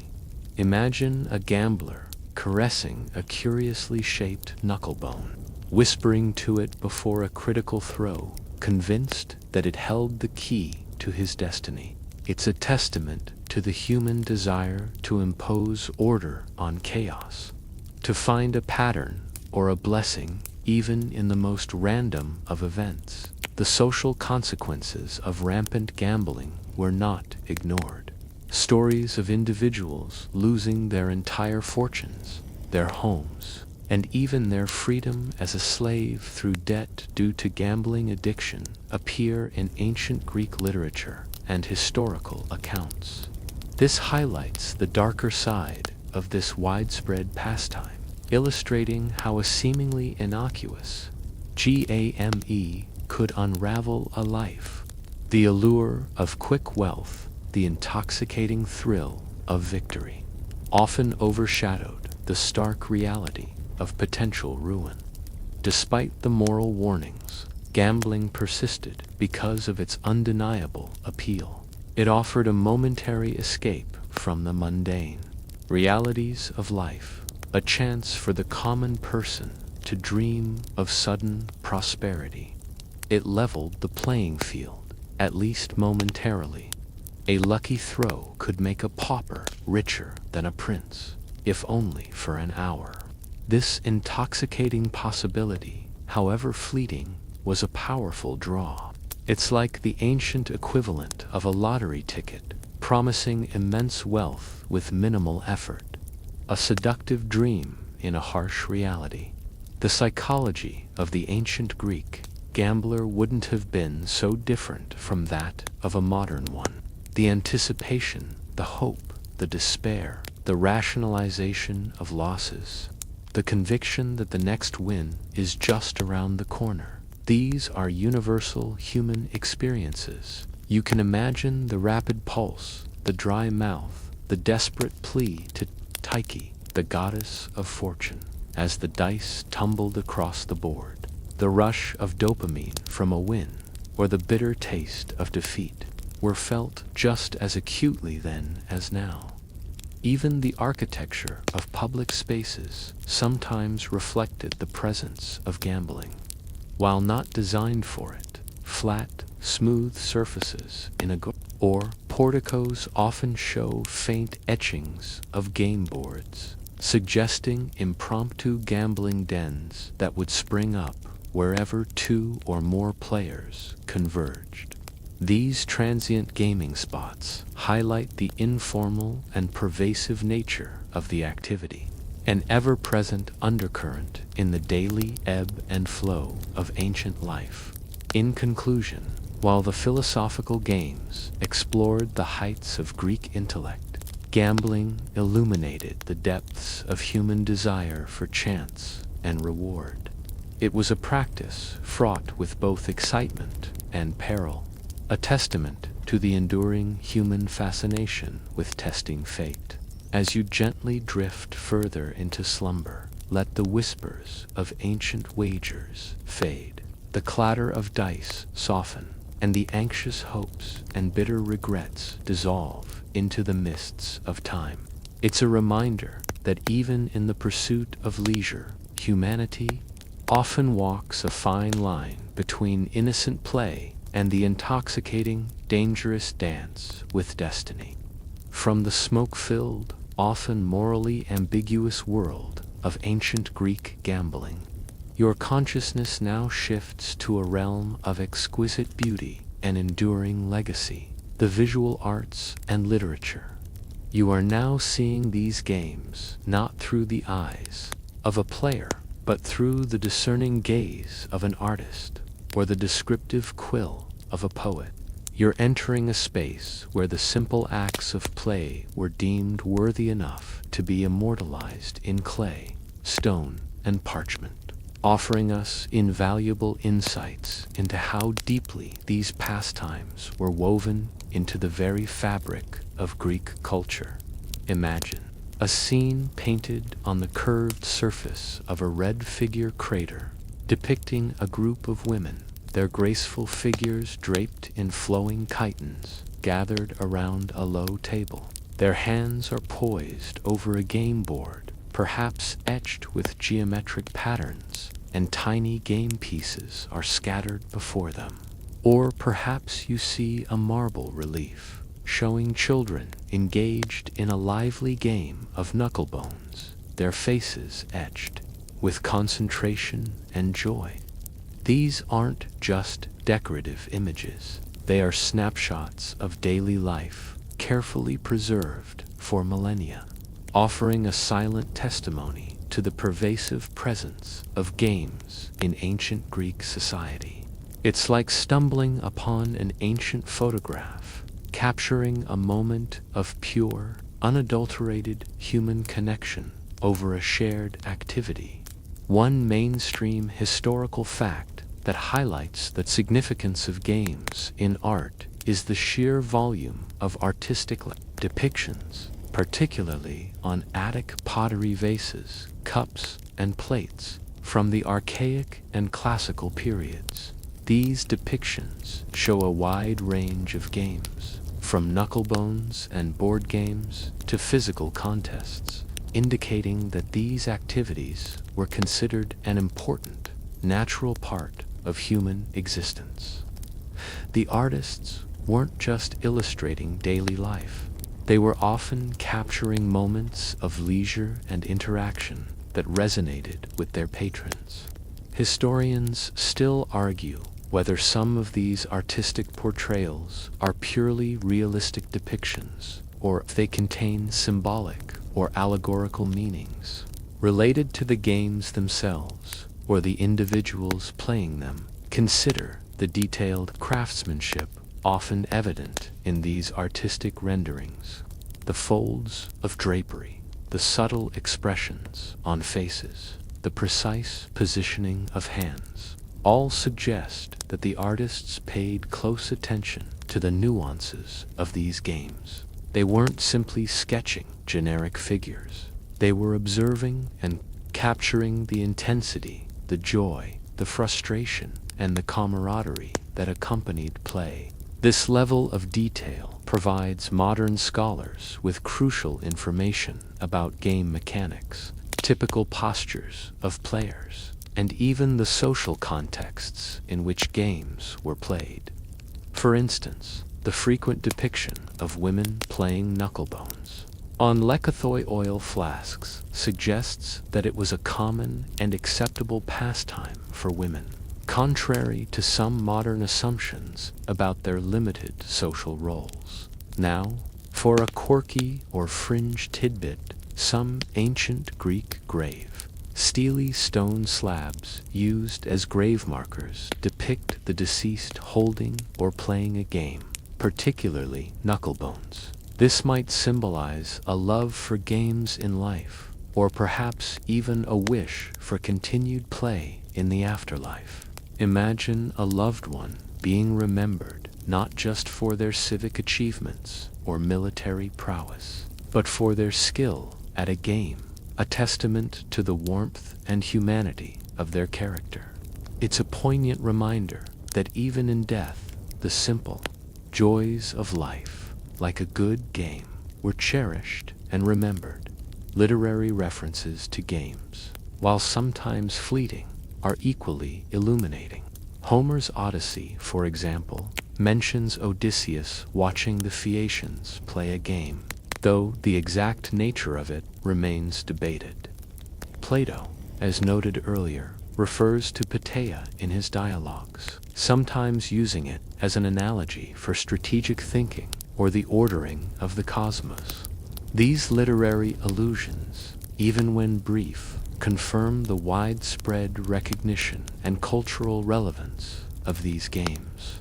They weren't obscure, niche activities. They were part of the shared cultural vocabulary, understood and referenced by the greatest minds of their time.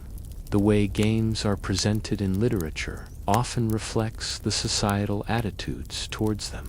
Sometimes they are portrayed as light-hearted diversions, a welcome break from serious matters.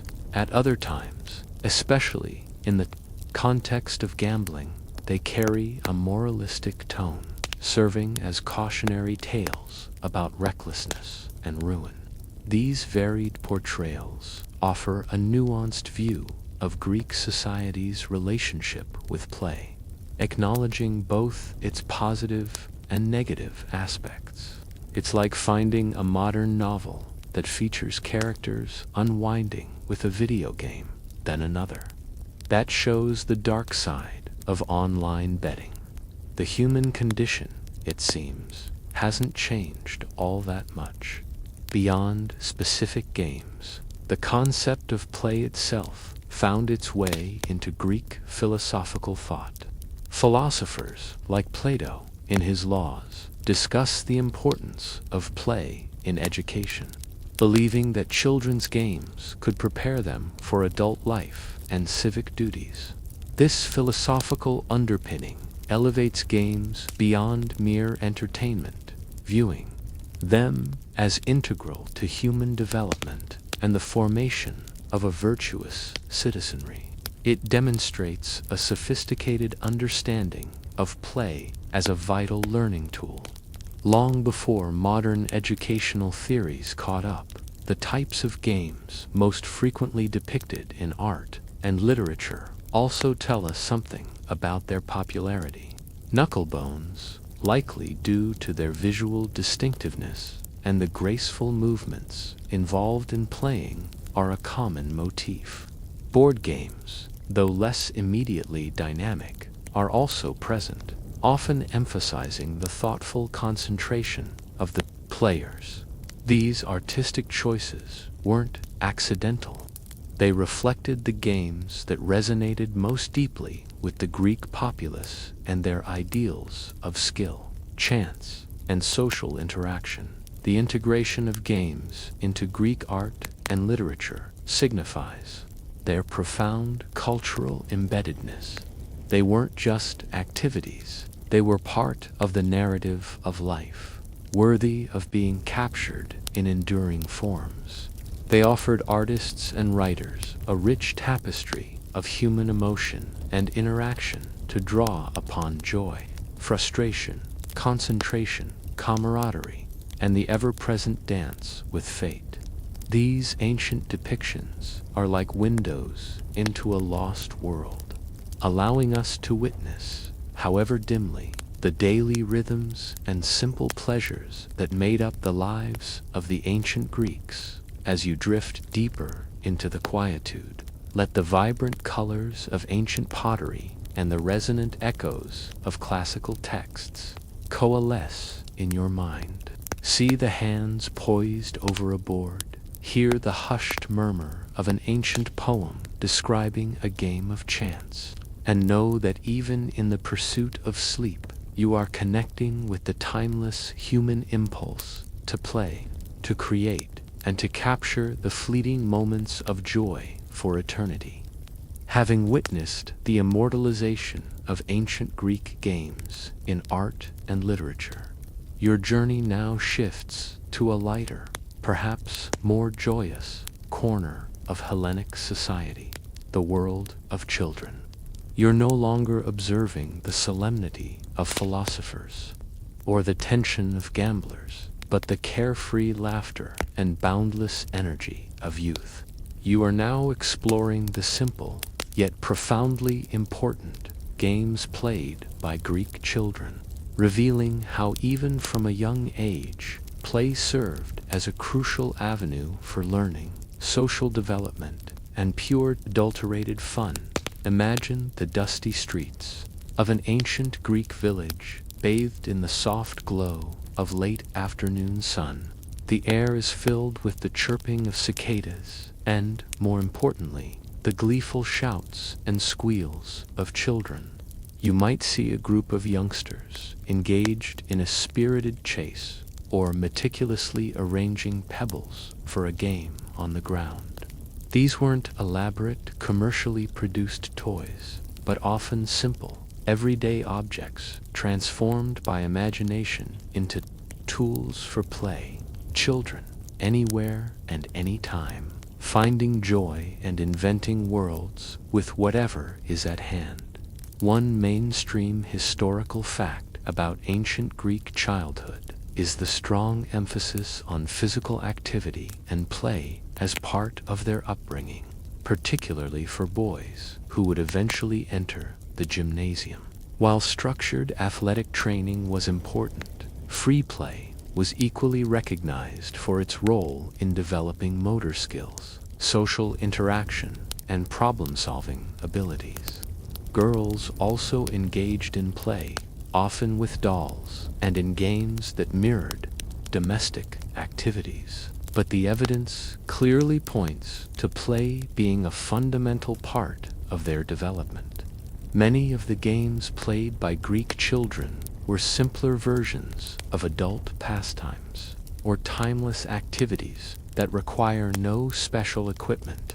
Knucklebones, for instance, were immensely popular among children, used for basic games of toss and catch, or for simple counting. You can picture a small hand struggling to grasp 5 slippery bones, or the triumphant cheer as a child successfully catches them on the back of their hand.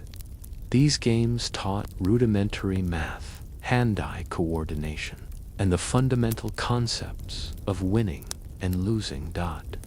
Now, for a quirky or fringe tidbit, beyond simple games, Greek children also had a variety of toys. These included terracotta figurines of animals, miniature chariots with wheels, and, most commonly, dolls made of wood, cloth, or clay. Some dolls even had articulated limbs, allowing children to pose them.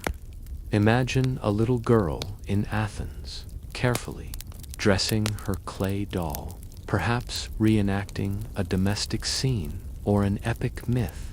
These toys weren't just for amusement. They were tools for imaginative play, helping children to understand and internalize the roles they would eventually play in adult society. It's a sweet thought, isn't it? Connecting us across millennia through the simple, universal joy of a doll. Physical games were also paramount. Running, jumping, wrestling in a playful manner, of course, and ball games were common. The game of the ball spheromachia could range from simple throwing and catching to more organized team games, while perhaps not as sophisticated as modern football or basketball. These activities encouraged agility, teamwork, and healthy competition. You can almost hear the shouts of encouragement, the playful jeers, and the thud of a homemade ball as it bounces off a wall. Hoops, or trachos, were another popular toy, often played with a stick to propel them.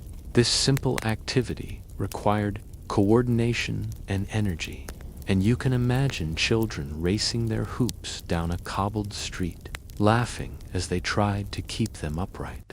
Swings were also known, and depictions of children swinging suggest a universal delight in the sensation of flight and freedom. These games, though simple, fostered physical fitness and provided outlets for youthful exuberance. Games of imitation and role-playing were also common. Children would mimic adult activities, from holding miniature symposia with water instead of wine, one hopes, to enacting scenes from myths or daily life. These forms of play were crucial for social learning, allowing children to experiment with different roles, understand social hierarchies, and develop empathy. A group of boys might pretend to be soldiers, practicing drills with wooden swords, while girls might play house, preparing imaginary meals and tending to pretend babies. This kind of imaginative play is a cornerstone of childhood development.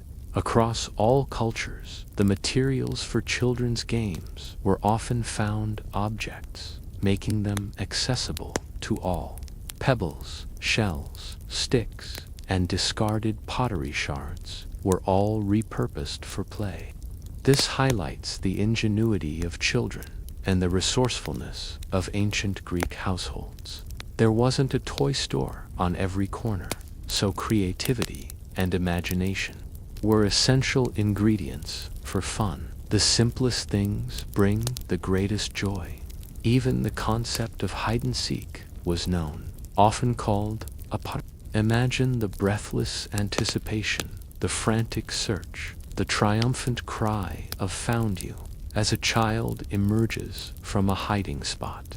These universal games of chase and evasion speak to fundamental human instincts and the sheer delight in playful interaction. In essence, the games of ancient Greek children were a vibrant reflection of their society, blending physical activity with imaginative play and simple amusement with important developmental lessons. They were microcosms of the adult world, allowing children to practice skills, learn social norms, and simply enjoy the boundless energy of youth.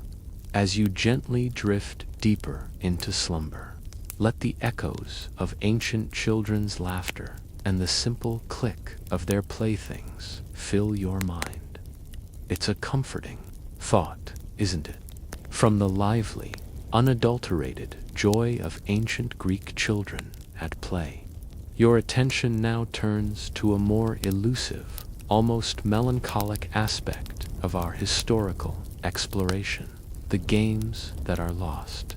You are now stepping into the realm of speculation and scholarly yearning, pondering the many ancient games whose names we might know, or whose remnants we've found, but whose rules and purposes remain stubbornly locked in the mists of time.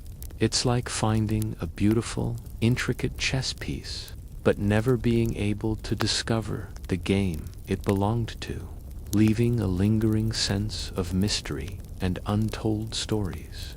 Imagine sifting through archaeological finds, uncovering oddly shaped game pieces or fragments of boards with intriguing yet indecipherable markings.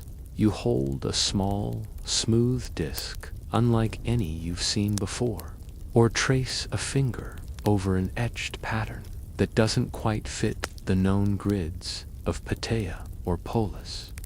These are the ghosts of forgotten games, silent witnesses to countless hours of ancient leisure, their rules whispered only by the winds of time.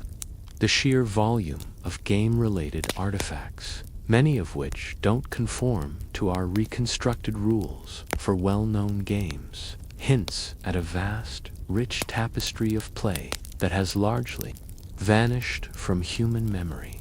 It's a humbling thought, isn't it, that for every game we've managed to piece together, countless others remain forever a secret, their fun lost to the ages. One mainstream historical fact that underscores this mystery is the ephemeral nature of rules. Unlike durable physical artifacts, the rules of a game are intangible.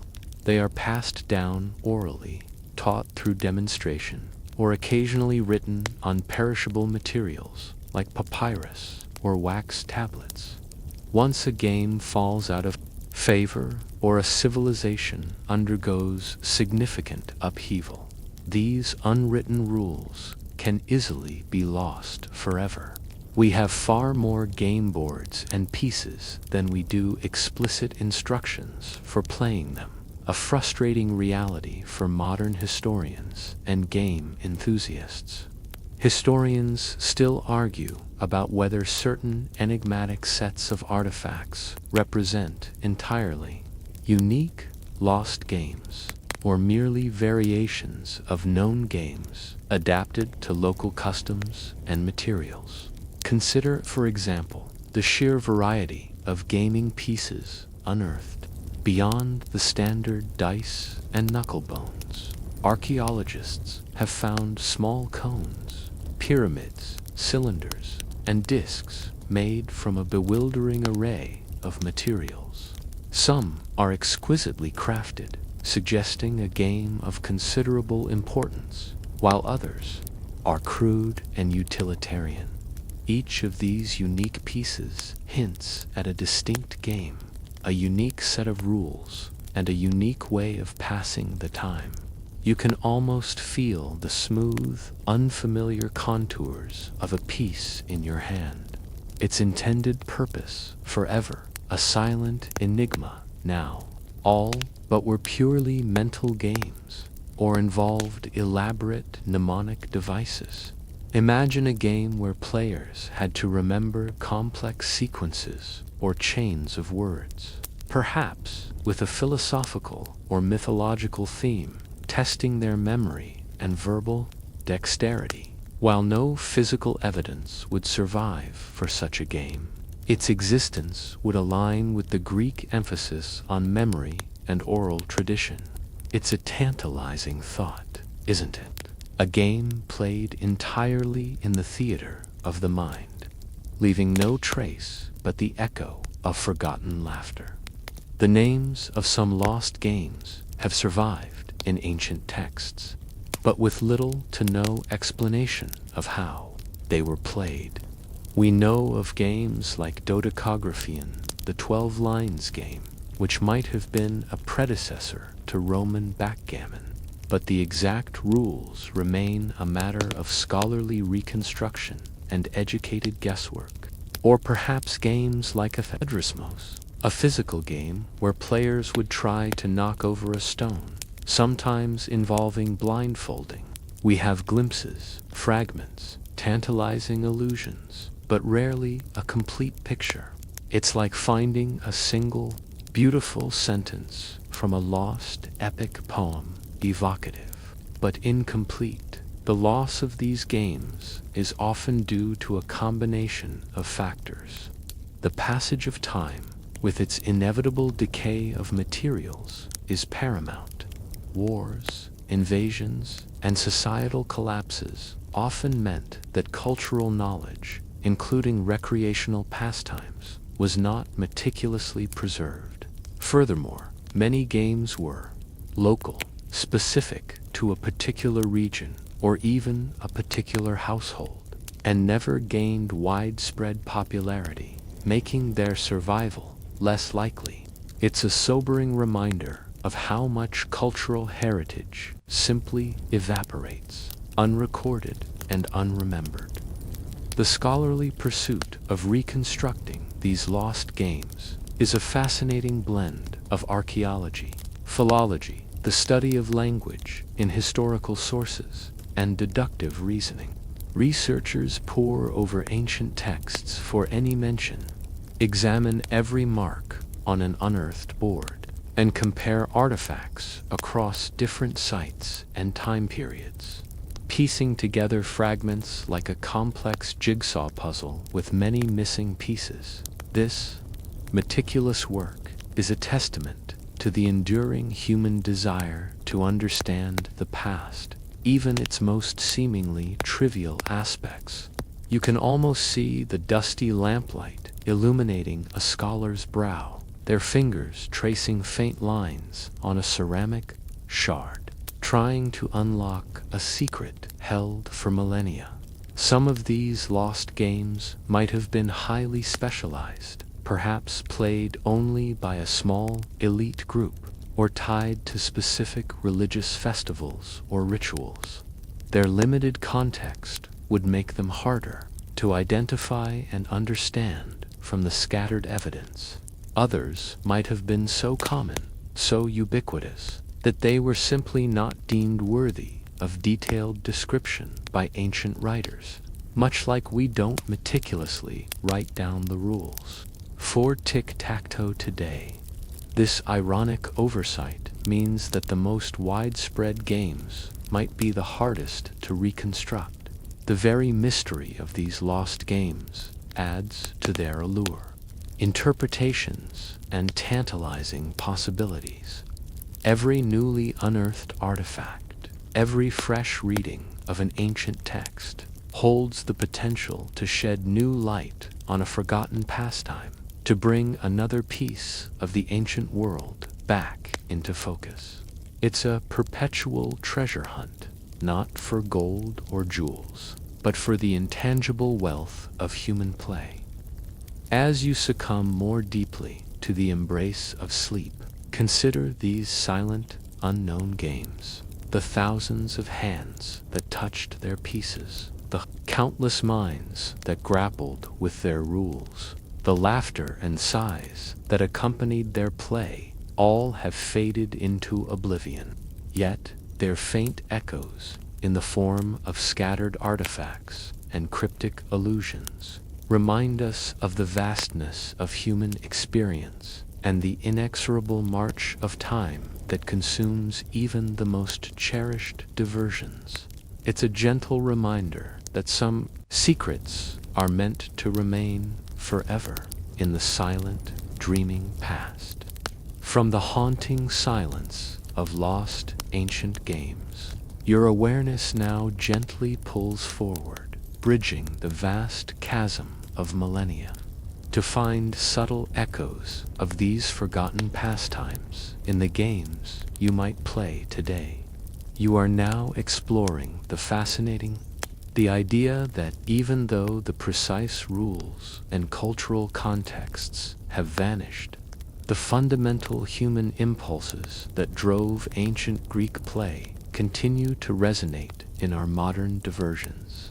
It's like finding the faint, ghostly outlines of ancient footpaths beneath the concrete of a modern city. The path may be paved over, but the direction, the human need for that movement, remains. Imagine sitting down to a game tonight, perhaps a strategy board game, a quick card game, or even a simple game of chance. As you move a piece or shuffle a deck, can you feel the faint, almost imperceptible whisper of an ancient Greek hand doing something remarkably similar? The principles of strategy, the thrill of a lucky draw, the joy of outwitting an opponent, these are not inventions of the modern age. They are timeless human desires, refined and repackaged through history, but fundamentally unchanged from the days of Petea, Kotabos, or even simple dice rolls. It's a comforting thought, connecting us directly to those who lived thousands of years ago through the simple, enduring act of play. One mainstream historical fact that supports this continuity is the enduring nature of certain game mechanics.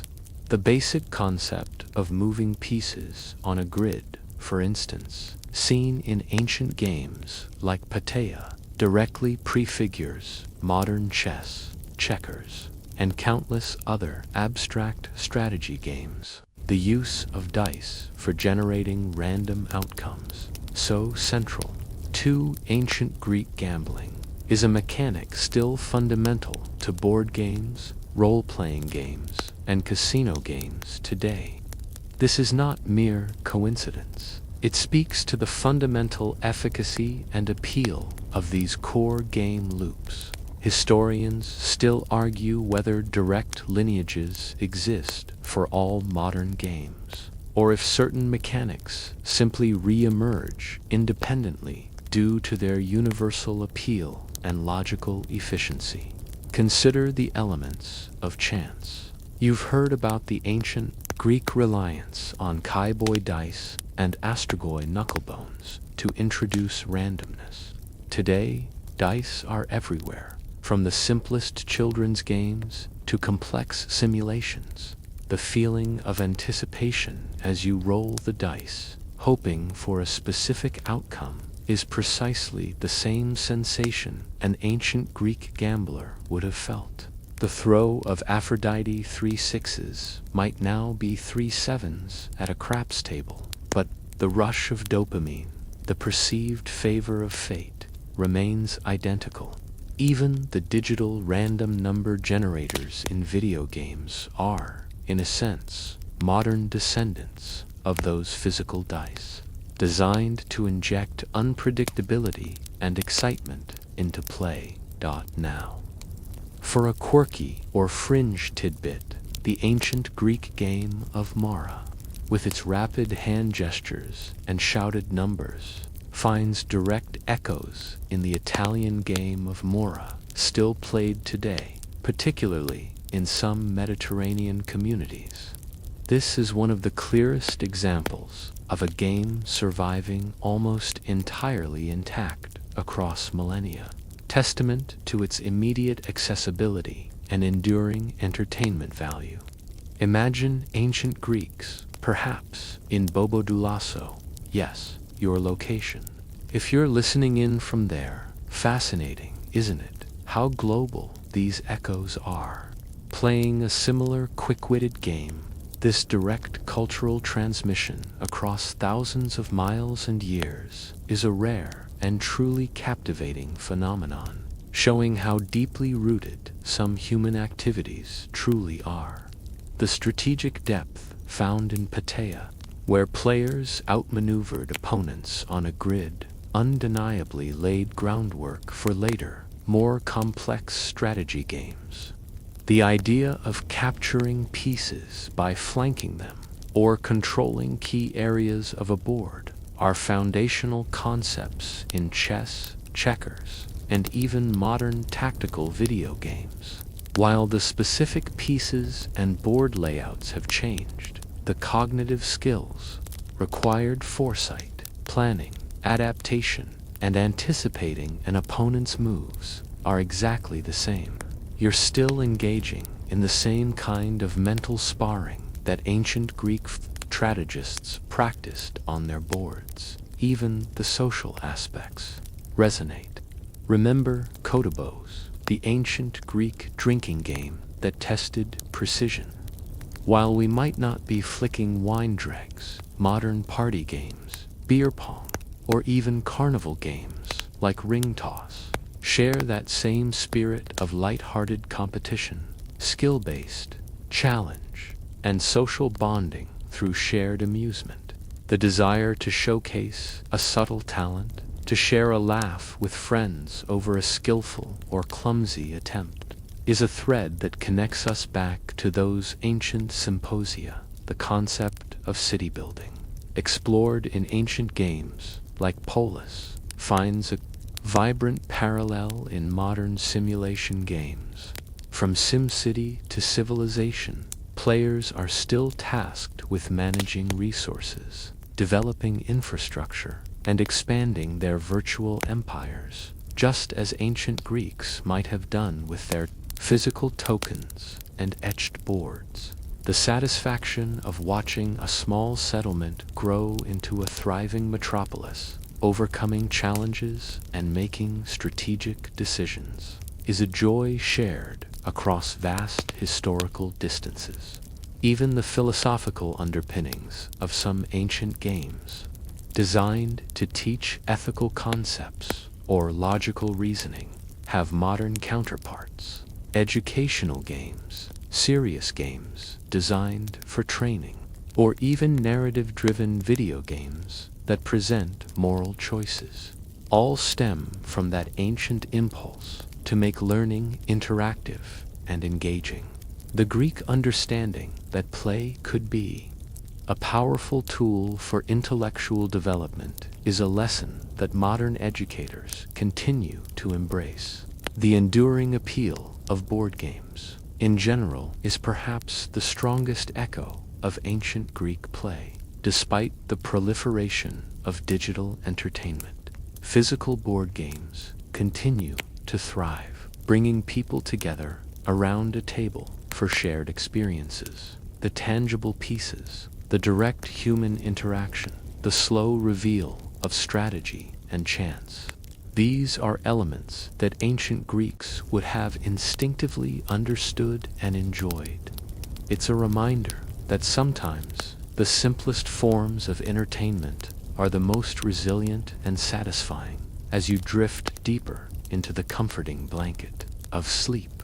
Consider the universality of play. The shapes of the pieces might change, the rules might evolve, and the materials might shift from bone to plastic. But the fundamental human need for challenge, for interaction, for laughter, and for escaping the mundane through the magic of a game remains profoundly constant. You are not just closing your eyes on a forgotten history. You are recognizing its living presence in the joyful echoes of today's play.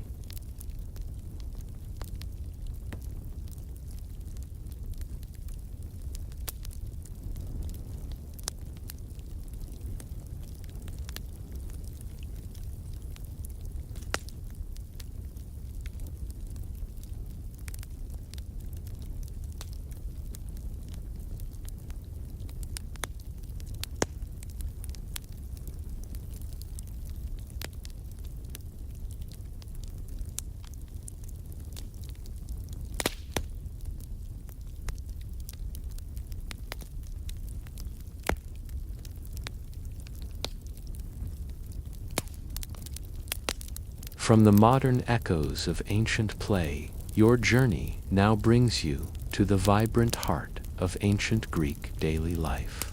Focusing on perhaps the most fundamental aspect of these games, their role in weaving the very social fabric of society.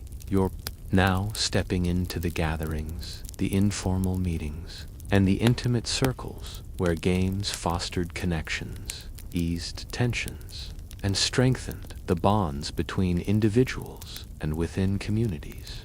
It's like observing the subtle threads of a loom, realizing how each playful interaction contributed to the rich tapestry of ancient Greek social life. Imagine a sun-drenched courtyard, the air filled with the scent of thyme and distant cooking, where a group of men, perhaps citizens, merchants, or even philosophers taking a break from their debates, are gathered around a board. Their heads are close, their voices a low hum of discussion and playful argument. Or picture a women's symposium, a more subdued but equally engaging affair, where laughter mingles with the clatter of knucklebones. These weren't isolated activities. They were deeply embedded social rituals, providing a common ground for interaction across different ages, statuses, and even genders. It's a bit like your own family game night, but with more flowing robes and perhaps a side of philosophical discourse. One mainstream historical fact that underscores the social importance of games is their ubiquitous presence in contexts beyond formal education or gambling.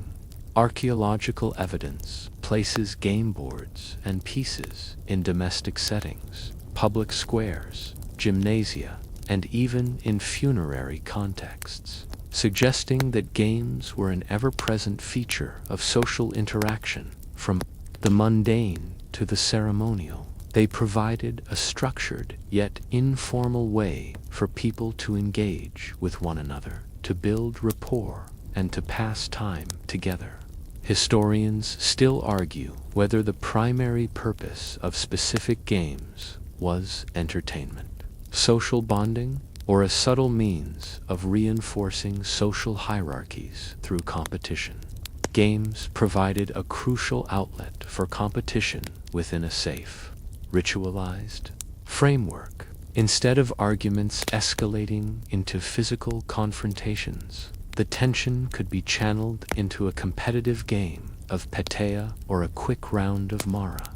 This allowed individuals to test their wits, demonstrate their skill, and assert their personality without disrupting the social order. The thrill of victory and the sting of defeat were experienced within a shared context, often followed by good-natured banter and renewed camaraderie.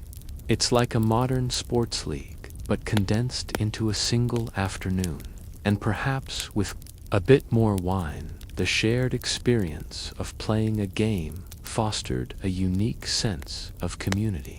Whether you were collaborating against an unseen opponent in a philosophical game or engaged in a direct head-to-head battle, the act of playing together created common memories and shared narratives. These informal interactions were vital for strengthening social bonds, allowing individuals to get to know each other beyond their formal roles as citizens, soldiers, or traders. Imagine the bonds formed over countless games, the inside jokes, the shared frustrations, all contributing to a stronger social fabric.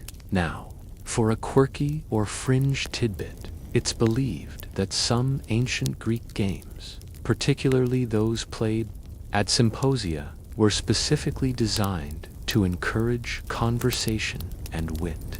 Imagine a game where a player's move wasn't just strategic, but also required them to tell a riddle, recite a poetic line, or offer a clever retort. This would transform the game into a platform for intellectual and verbal display, adding another layer of entertainment and social engagement. It's like a sophisticated ancient version of Cards Against Humanity. But instead of shock value, the goal was elegant wit and philosophical insight. Games also offered a valuable avenue for social learning, particularly for the young. As you heard in the previous section, children's games often mimicked adult activities, allowing them to internalize social norms, understand roles, and develop essential social skills like turn-taking, negotiation, and handling both victory and defeat gracefully. This informal education was crucial for preparing the next generation to integrate smoothly into adult society. A child learning to lose a game without throwing a tantrum was, in a small way, learning a valuable lesson in civic conduct. The accessibility of many games also meant they bridged social divides. While elaborate versions of games might be exclusive to the wealthy, simpler forms of dice, knucklebones, and hand games were available to everyone. A wealthy aristocrat might play dice with a laborer in a common tavern, creating fleeting moments of social equality, even if rigid class structures remained. This shared recreational space allowed for interactions that might not occur in more formal settings, subtly reinforcing a sense of common humanity. Consider the role of games in courtship and romance, as briefly touched upon with Kotobu's games, could serve as a playful arena for flirtation and the expression of affection. Dedicating a successful throw to a beloved or observing a potential partner's skill and temperament during play offered insights into their character. These playful interactions provided a lighter, less formal context for individuals to gauge compatibility and build relationships. It's a charming thought, isn't it, that a well-aimed wine dreg could be the ancient Greek equivalent of a suave pickup line. Furthermore, games often served as a backdrop for important conversations. At a symposium, for instance, a game might be played between rounds of philosophical discussion or political debate, offering a moment of levity and mental reset. This intertwining of serious discourse with playful diversion created a dynamic, social environment where both intellect and recreation were valued. It was a holistic approach to socializing, recognizing that humans thrive on a balance of stimulation and relaxation. In conclusion, the social fabric of Greek gaming was rich and complex. These forgotten games were not mere diversions. They were integral to how ancient Greeks connected, competed, learned, and simply lived together. They provided common ground, fostered bonds, and offered a vital space for both individual expression and collective enjoyment. As you drift into the final moments of your journey, let the soft murmurs of ancient conversations, the gentle clatter of game pieces, and the shared laughter of millennia ago settle around you, a timeless testament to the enduring human need for connection through play.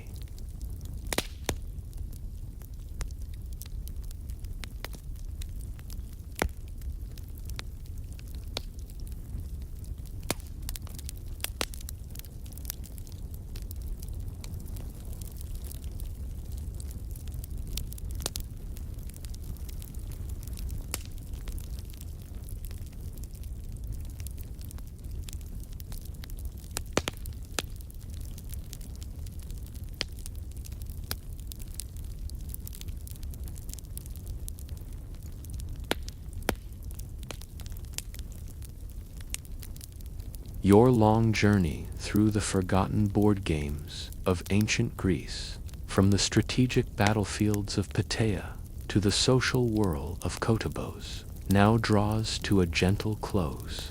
We've explored the subtle echoes of these pastimes in our modern world and the deep threads they wove into the social fabric of their time. As you settle into the quiet finality of this exploration, you're left with a profound sense of the timeless appeal of these ancient diversions and the universal human need for play, connection, and narrative. Imagine, for one last time, the diverse figures of ancient Greece, the stoic philosopher, the weary soldier, the bustling merchant, the curious child, the graceful woman, each, in their own way, sought out moments of play, not as a luxury, but as an essential component of their existence. These games, though often simple in their mechanics, provided complex layers of engagement, intellectual challenge, emotional release, social bonding, and even a profound connection to the unpredictable whims of fate. They remind you that, while the world changes and technology reshapes our lives, the core human desire to engage, to compete, to learn, and to simply have fun remains remarkably constant. It's a comforting thought, isn't it, that across the vast expanse of history, we share this fundamental, playful spark with those who lived thousands of years before us, perhaps even in places like Bobo Dulasso, where ancient echoes still linger. Under the vast African sky. One mainstream historical fact that encapsulates this timeless appeal is the sheer endurance of the concept of play itself. From the earliest human civilizations through the Greeks, Romans, and into the modern era, games have always been present, adapting to new technologies and cultural shifts, but retaining their core functions. They provide stress relief, foster cognitive development, encourage social interaction, and offer a safe space for competition and creativity. This universal and enduring presence of games points to a deep-seated human psychological need that transcends specific cultures or historical periods. Historians still argue whether the fundamental human need for play is purely evolutionary, providing a means to practice essential life skills, or if it also fulfills a deeper, more innate desire for joy and intellectual stimulation. Consider the intrinsic allure of strategy.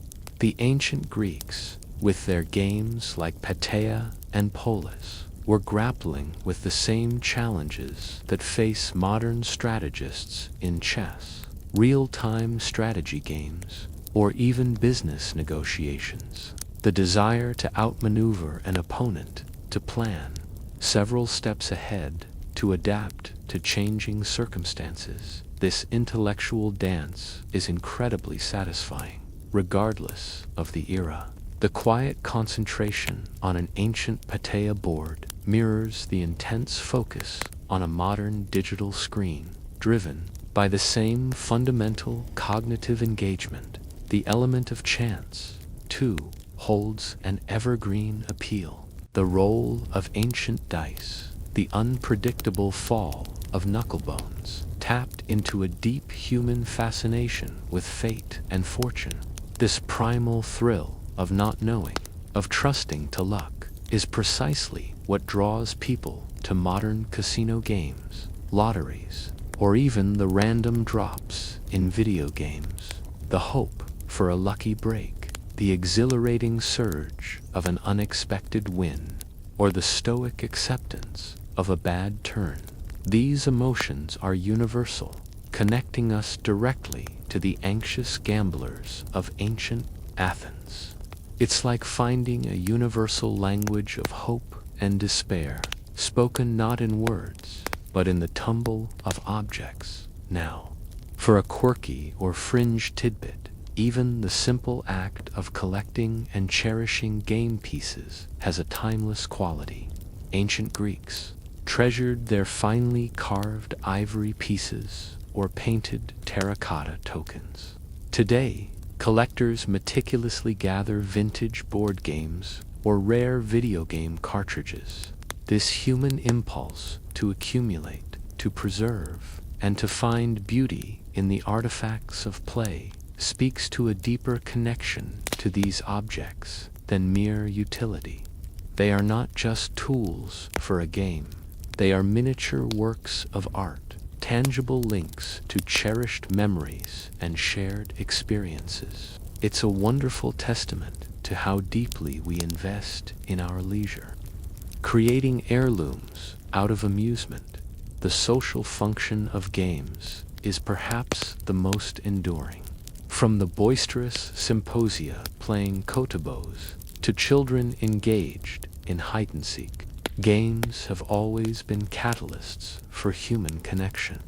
They break down barriers, create shared experiences, and provide a low-stakes environment for interaction. In a world increasingly reliant on digital communication, the enduring popularity of physical board games reminds us of the profound human need for direct face-to-face engagement, for the shared laughter and quiet concentration that only sitting around a table can bring. The feeling of camaraderie, of friendly rivalry, is a human constant. Moreover, games serve as miniature narratives. Each game, whether a quick round of Mora or a long strategic battle, has a beginning, a middle, and an end, with characters, the players, conflicts, and resolutions. This narrative structure is deeply satisfying to the human mind, allowing us to engage in stories, to create our own destinies within the confines of the game. The story of a particular game can be retold, analyzed, and relived, much like any other narrative. It's a fundamental human desire to make sense of the world through stories, and games provide a unique, interactive way to do just that. The beauty of these forgotten games, even in their fragmented and reconstructed forms, lies in their ability to remind us that despite the passage of time and the dizzying pace of modern life, the essence of human experience remains beautifully consistent. The ancient Greeks, like us, sought joy, challenge, and connection. They used their ingenuity to craft tools for play, to create rules that governed chance and skill, and to build communities around shared amusements. As your mind drifts gently into the final stages of sleep, let the vibrant images of ancient Greek life slowly fade, replaced by the calming stillness of your own space. The clatter of dice, the whispers of strategy, the laughter of children. These sounds soften into a harmonious hum. The lessons learned, the connections made, the sheer timelessness of play itself will remain.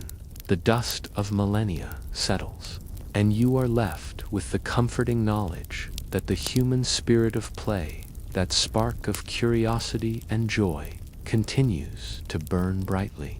A gentle flame passed down through generations, connecting all of us in its warm, inviting glow.